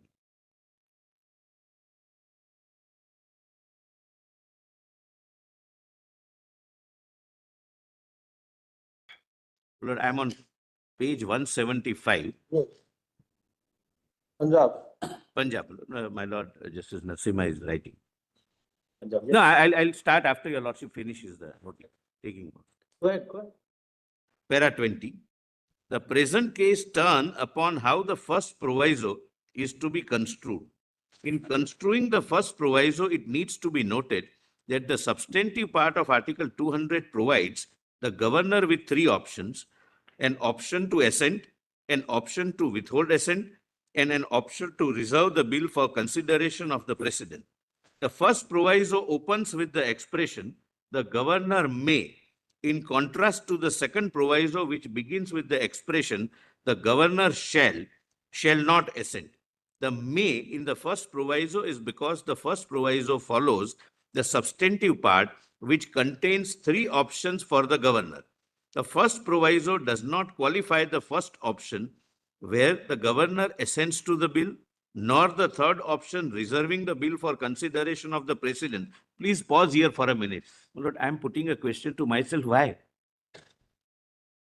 The governor may say that there is repugnancy. I am sending the bill back. The bill may be passed without modification, with slight modification. The governor may still feel that the repugnancy continues, and I will now refer it to the president. What is prevented is he cannot withhold, not that he cannot thereafter refer it to the president. On the textual, on the only available interpretation or reading of Article 200 contains the first proviso does not qualify the first option where the governor assents to the bill, nor the third option reserving bill for the consideration of the president. The first proviso attaches to the second option, withholding of assent, and hence begins with an enabling expression may. By the mandate of the second proviso, in fact, if it would have said shall, then this finding would have been right. May, by the mandate of the second proviso, there is an embargo on the governor assenting to a bill which derogates from the powers of the High Court under the Constitution. The governor is, by the mandate of the Constitution, required to reserve such a bill for consideration of the president, that is, High Court's power, etc. A proviso, as is well settled, may fulfill the purpose of being an exception. Lord, kindly pause here for a minute. Series of judgments that proviso is, unless context otherwise requires, is an exception to the main provision. Sometimes, however, a proviso may be in the form of an explanation or in addition to the substantive provision of a statute. So this is fourth option. The court says it is only a limb of the second option. The first proviso allows the governor, where the bill is not a money bill, to send it back to the legislature together with a message. In terms of the message, the legislature may be requested by the governor to reconsider the entirety of the bill. This may happen, for instance, where the governor believes that the entire bill suffers from an infirmity. Lord, kindly pause here for a minute. This again is wrong, with profound respect. He can refer for several reasons. In entirety, bill may not be They say, partly next sentence, that's what they send the next sentence. Sometimes we may feel that the entire bill suffers from illegality. Sometimes the governor may feel that a part of the bill is not in accordance with law, and therefore he may refer part of the bill for reconsideration. exactly. But here it's, but the governor believes that the entire bill suffers from infirmity. Alternatively, the government may request the legislature to reconsider any specific provision of the bill. While returning the bill, the governor may express the desirability of introducing an amendment in the bill. The desirability of an amendment may arise with a view to cure an infirmity or deficiency in the bill. This again is wrong. The governor may say that instead, for example, it's an age limit, that instead of 25, make it 21, or instead of 21, make it 25. This is my suggestion. This is my recommendation. Desirability means not legality or constitutionality. Desirability means something which the governor wants to add. The concluding part of the first proviso, however, stipulates that if the bill is passed again by the legislature, either with or without amendments, the governor shall not withhold assent therefrom upon presentation.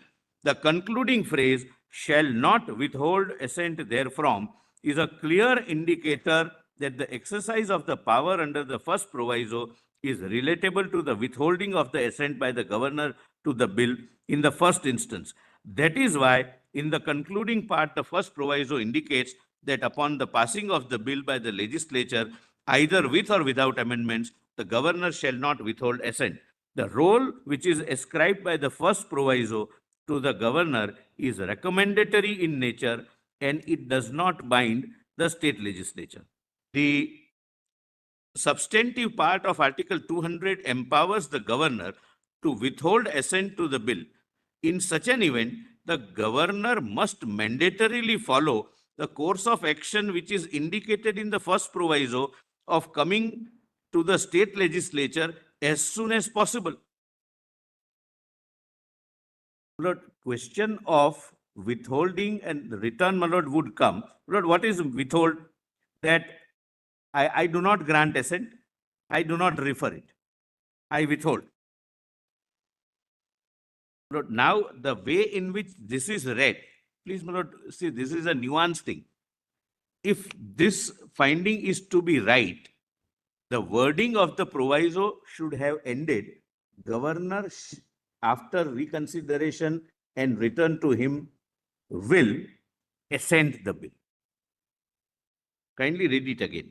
The substantive part of Article 200 empowers the governor to withhold assent to the bill. In such an event, the governor must mandatorily follow the course of action which is indicated in the first proviso of communicating to the state legislature as soon as possible a message warranting reconsideration of the bill. The expression as soon as possible is significant. It conveys a constitutional imperative of expedition. Failure to take a call and keeping a bill duly passed for indeterminate period is a course of action inconsistent with that expression. But that expression is used only when the fourth option is being used. I do not say that it can be held up indeterminate. That's not the contention. But as soon as possible is fourth option, and that expression is available only in the first proviso, not in the first part. For various reasons, before assenting, the governor may give some time for the situation to cool down. There may be a hasty legislation.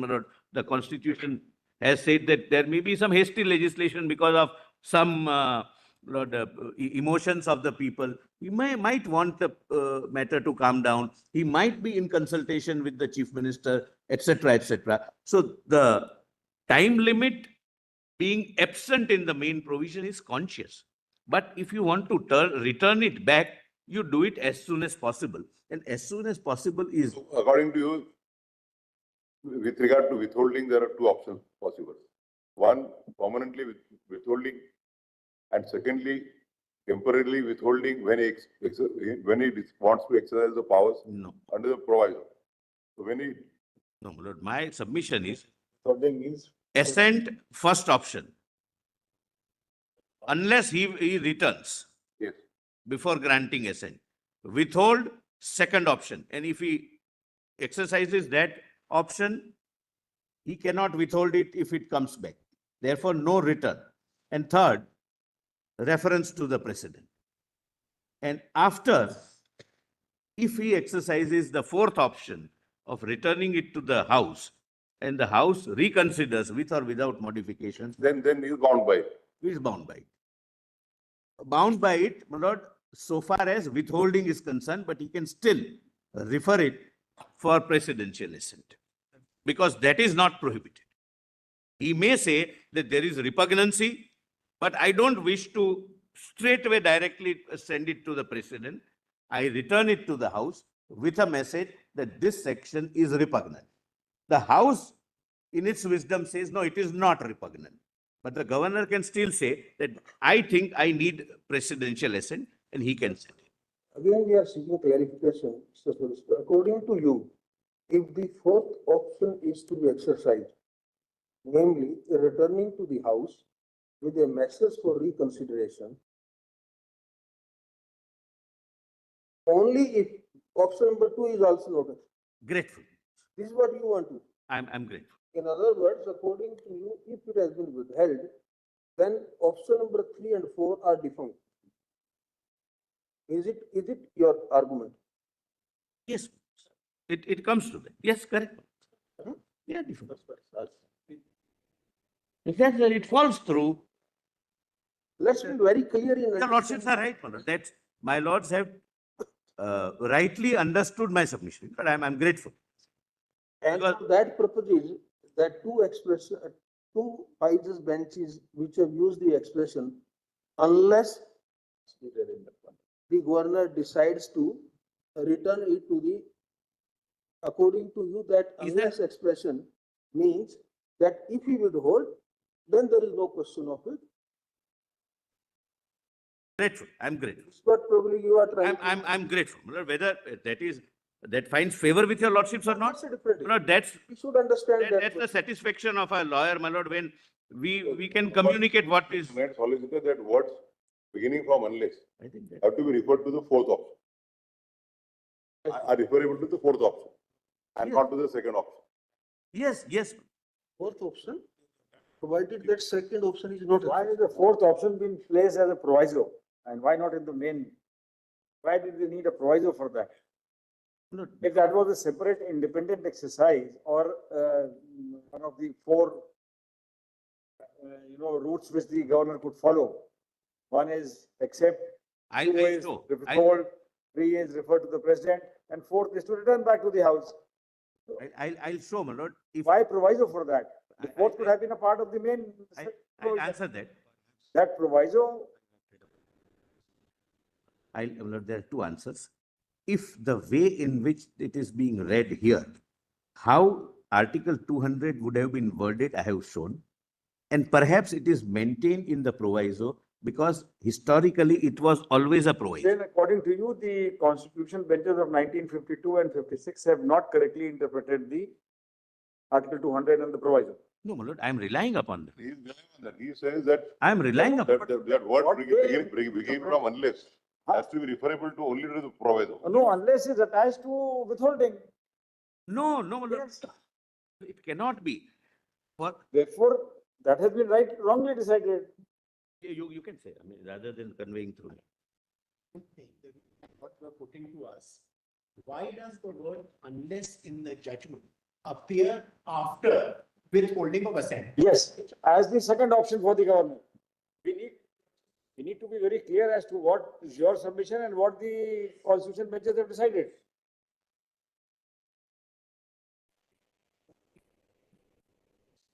But the reason the word unless appears relatable to withholding is this, that when an assent is given, there is no question of a bill falling. Correct. When a bill is reserved or sent to the president, there is no question of a bill falling. The consequence of a bill falling only arises when under Article 200, the governor declares that he is withholding assent. It is in that context that the judgment says that the bill falls through unless you send it to the assembly. Doesn't mean it becomes an adjunct of Second option. of withholding. It is still an independent option. The reason in the Constitution bench judgment unless appears is because either when the assent is given or it is sent to the president, there is no question of a bill falling. In this case, there is a case of a bill falling. It finishes the bill.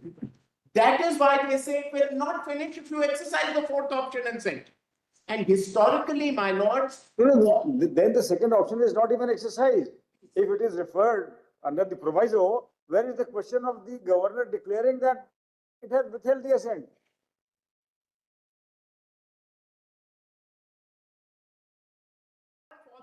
sent to the power, to the Then legislature, there is no withholding by the governor. not fall, it is sent back. Correct. Then there is no withholding. Historically, After withholding, can the governor send it? declares a withholding. Correct. The bill falls. Right. And that's the end of it. No proviso, no president, nothing.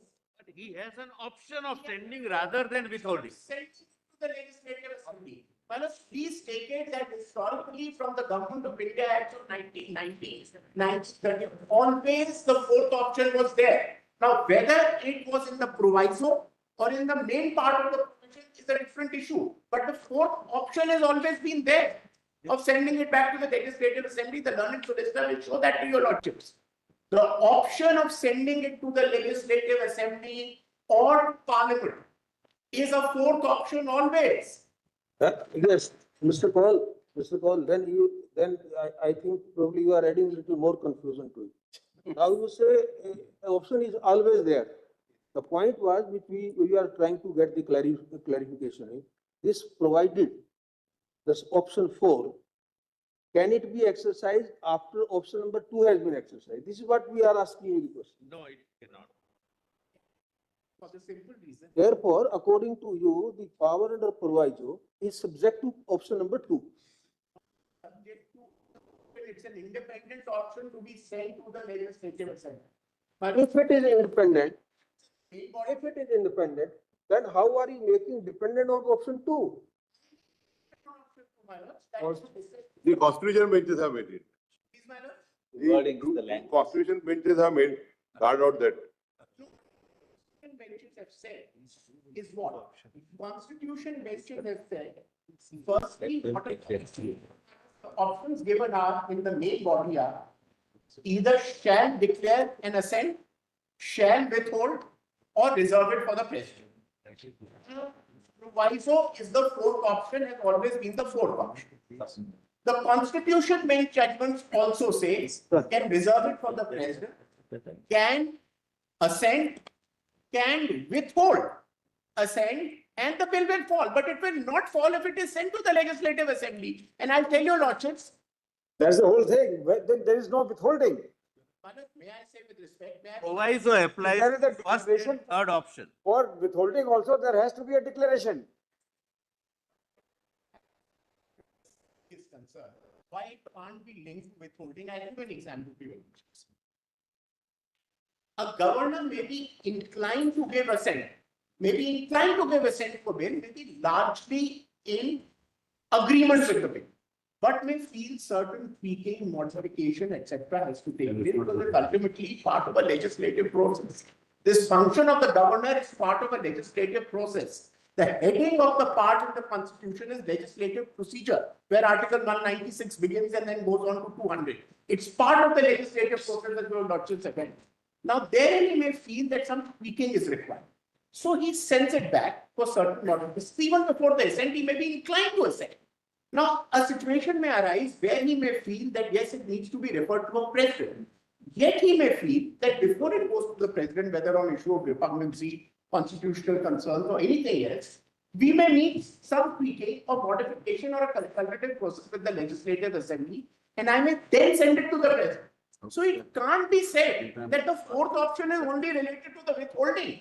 That is not the idea. Withholding. If you read it again, the intention is that withholding could be permanent or it could be temporary. Present. And temporary would be when proviso would be exercised along with withholding. And after that, when it comes back, either if it is reiterated, then he has, with or without amendment, then he has no option but to grant the assent. Correct? Refer to the president, but he cannot withhold. He cannot withhold it. Withhold, Thereafter. yes. Correct. So therefore, till that time, it is withheld. When when proviso is not exercised. Yes. Therefore, if the governor declares that he is withholding the assent, the bill, then it falls permanently. The proviso is not exercised by him. Shall declare withheld. And he can declare it to withhold along with exercise of the proviso. Send it back. We just send it back. Why? Then if he sends it back, then he's bound by whatever this is the second time. Comes back, he cannot withhold us. Then he has, So therefore, Then he learned has two choices. solicitor's argument is that, as we understand, that withholding and exercising the power under proviso are two different things. correct, Manoj. If he decides to withhold, he may decide to withhold at the threshold. Exactly. And only in case, if he finds that reconsideration necessary, then the recourse will be taken to the proviso. Instead of withholding, he will exercise the option of. So that will be not an exercise of withholding, but referring it to the legislature for reconsideration. Could be applicable to first and third option. Just say, if I may, it's the class. Instead of withholding, Right away. Right away. right away, send it. No, then your argument is contrary to what the learned solicitor is arguing. Just treating it as a fourth option. The fourth option of returning it as part of a legislative process and a procedure as a consultative process with the. No, you are saying that withholding and in the meantime sending it back. Instead of withholding, I said. So he said, I said, that is what I thought fell also from my law. Instead of withholding. Withholding is one option. Assent is the second option. Reference to the president is the third option. That is why the expression which says instead of, it gets color, provided that the governor may as soon as possible after the presentation of the bill return. Return, sir. Instead of withholding, has a doubt about it's. As your lordships rightly said, the words used in the proviso are after the presentation to him of the bill for assent, not withholding of assent.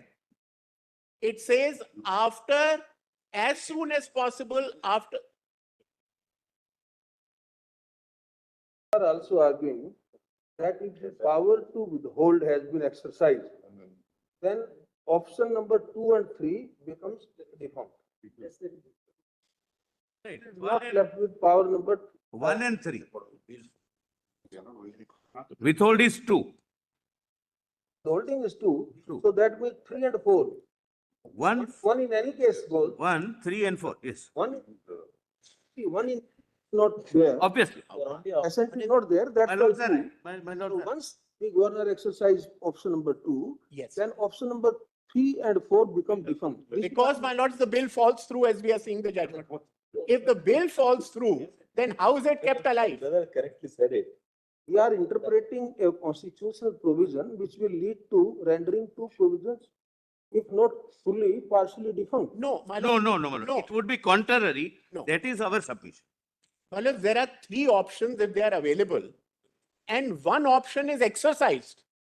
Because of exercise of that one option, if the other two options become unavailable, there is nothing wrong with that constitutional interpretation. An embargo which is not visible in Article 200, why do you want to read that embargo May I- on governor's power? If you want to, according to you, the governor has very wide optional powers there.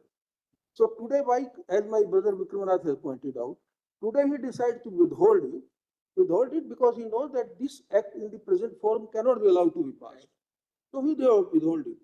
After that, there is a deliberation, there are examinations, and then he finds that partially it can be modified or substantially it can be replaced. And then he gives a chance to the assembly that now he can go ahead. Thereafter, he loses his right of withholding. Look, but a governor can absolutely also come to a conclusion that a bill in its entirety needs to be withheld. It need not be sent back. That's what is argued by the learned solicitor. So suppose it's, That is why withhold has been used. Otherwise, he could decline to grant assent. Otherwise, the main body. Why word withhold? Withhold, no, the main body could have said withhold and return. It's after bhajanlal. The main body, Right. the main body could have said withhold and return. Call it is better than I think we. Yes, well, I thought there was. Yeah, first let the solicitor complete, then we'll come to you as per your turn. this. So these are the judgments, my lord, I have cited. Lord, now please come to, We are through with all the judgment. on this, my lord, 200, on options, my lord. I was reading, my lord, last, the judgment in Punjab, my lords. Then no, para 25 would also be important that. I'll read it, my lords.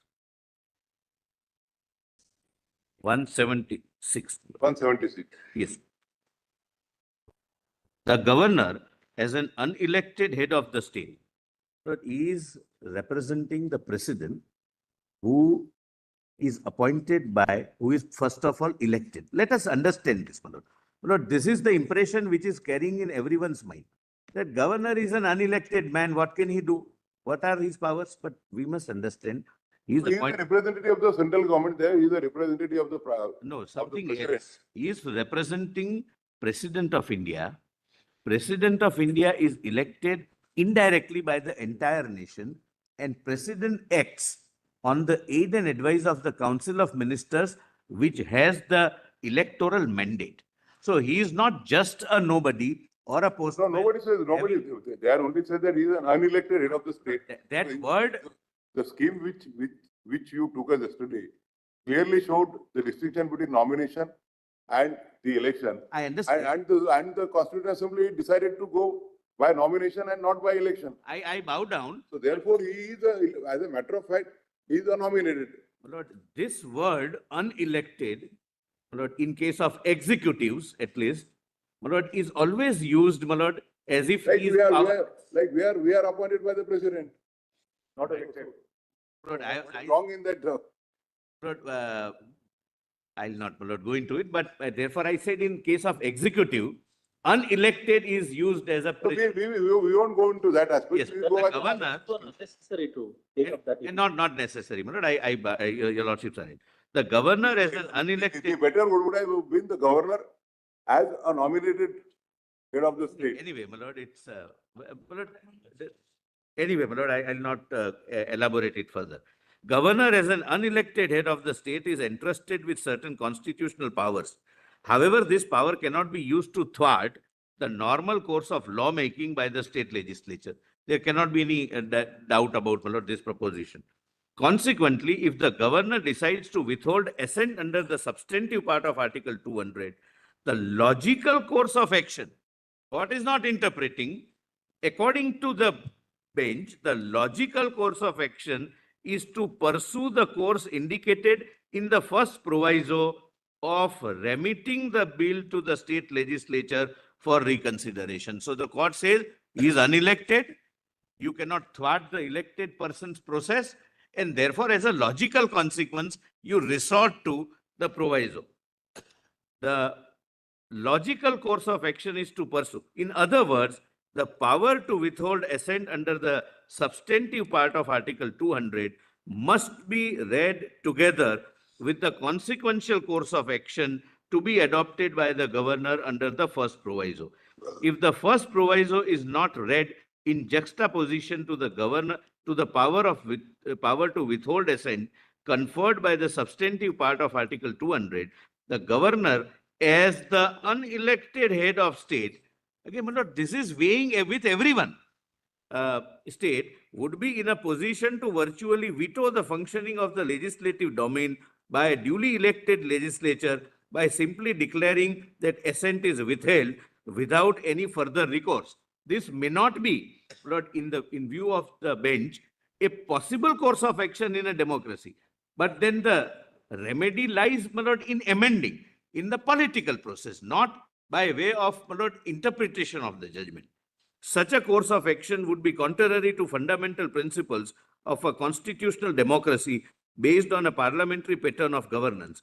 Therefore, when the governor decides to withhold assent under the substantive part of Article 200, the course of action which is to be followed is that which is indicated in the first proviso. Please pause here for a minute, my lord.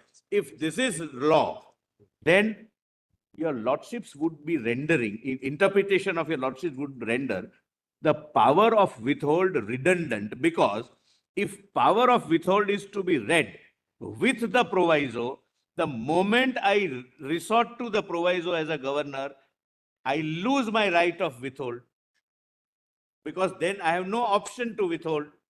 Lord, then how do we give meaning to the first part, the second option, withhold? If withhold has to follow, Lord, the proviso.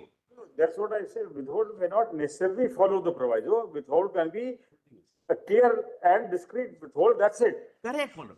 But it Possible. can also be attached to the proviso. Then, my lord, the governor, my lord, then It's at the should be wisdom clear. of the governor or his discretion, what he wants to do. He wants to withhold for the time being, exercise the proviso and proceed Permanent. further. Otherwise, He may take a call that this is a case where I will, rather than blocking permanently, it's also open to him to clearly say, all right, just declare that it is withheld, finish. And not exercise the proviso. yes, yes. And I'm grateful, but that's the submission. But if he chooses to go as per proviso, For all the constitutional benches said, Unless. withhold unless Unless, he had exercised the proviso. Lord, otherwise, but when he chooses to go for the proviso, he loses the right to withhold it thereafter. If he wants to withhold, it has to be at the outset, but in a given facts of the case, he may choose that, all right, I'll lose my right of withholding. I will eventually refer it to the precedent. So according to, at the threshold, he has to exercise one of the four options. Either Three to options. give, For four options, yes, one of the four options. either to give assent, or to withhold it, or to send it, refer it to the president, And, or fourth, to refer it to the legislature to reconcile it with his message. and fifth, my lord, as my lord Justice Vikramnath has suggested, that I forego, as a governor, I means the governor forgoes the permanent withholding, So not fifth, that will be the part of the fourth, the proviso. so that's four. but then I will not withhold. I will not be able to So withhold. therefore, yes, once you decide to exercise the fourth choice of sending it to the governor, you are dependent on what the legislature does. Absolutely. If it comes back as it is, Economic development. you are bound to, As it is or with amendment, it has to No, be. then I will have two options. Governor will have two options, either to grant assent or to refer it to the withhold. president. Because that is not prohibited under the proviso. Lord, can I start tomorrow?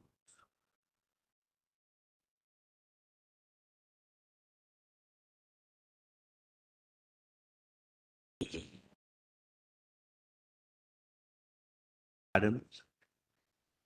As per the timeline, I think by Tuesday, your We side. will not cross the time allotted to us together. Lordships have given 4 days. Yes. Today is the second day. We will so adjust, my lord, that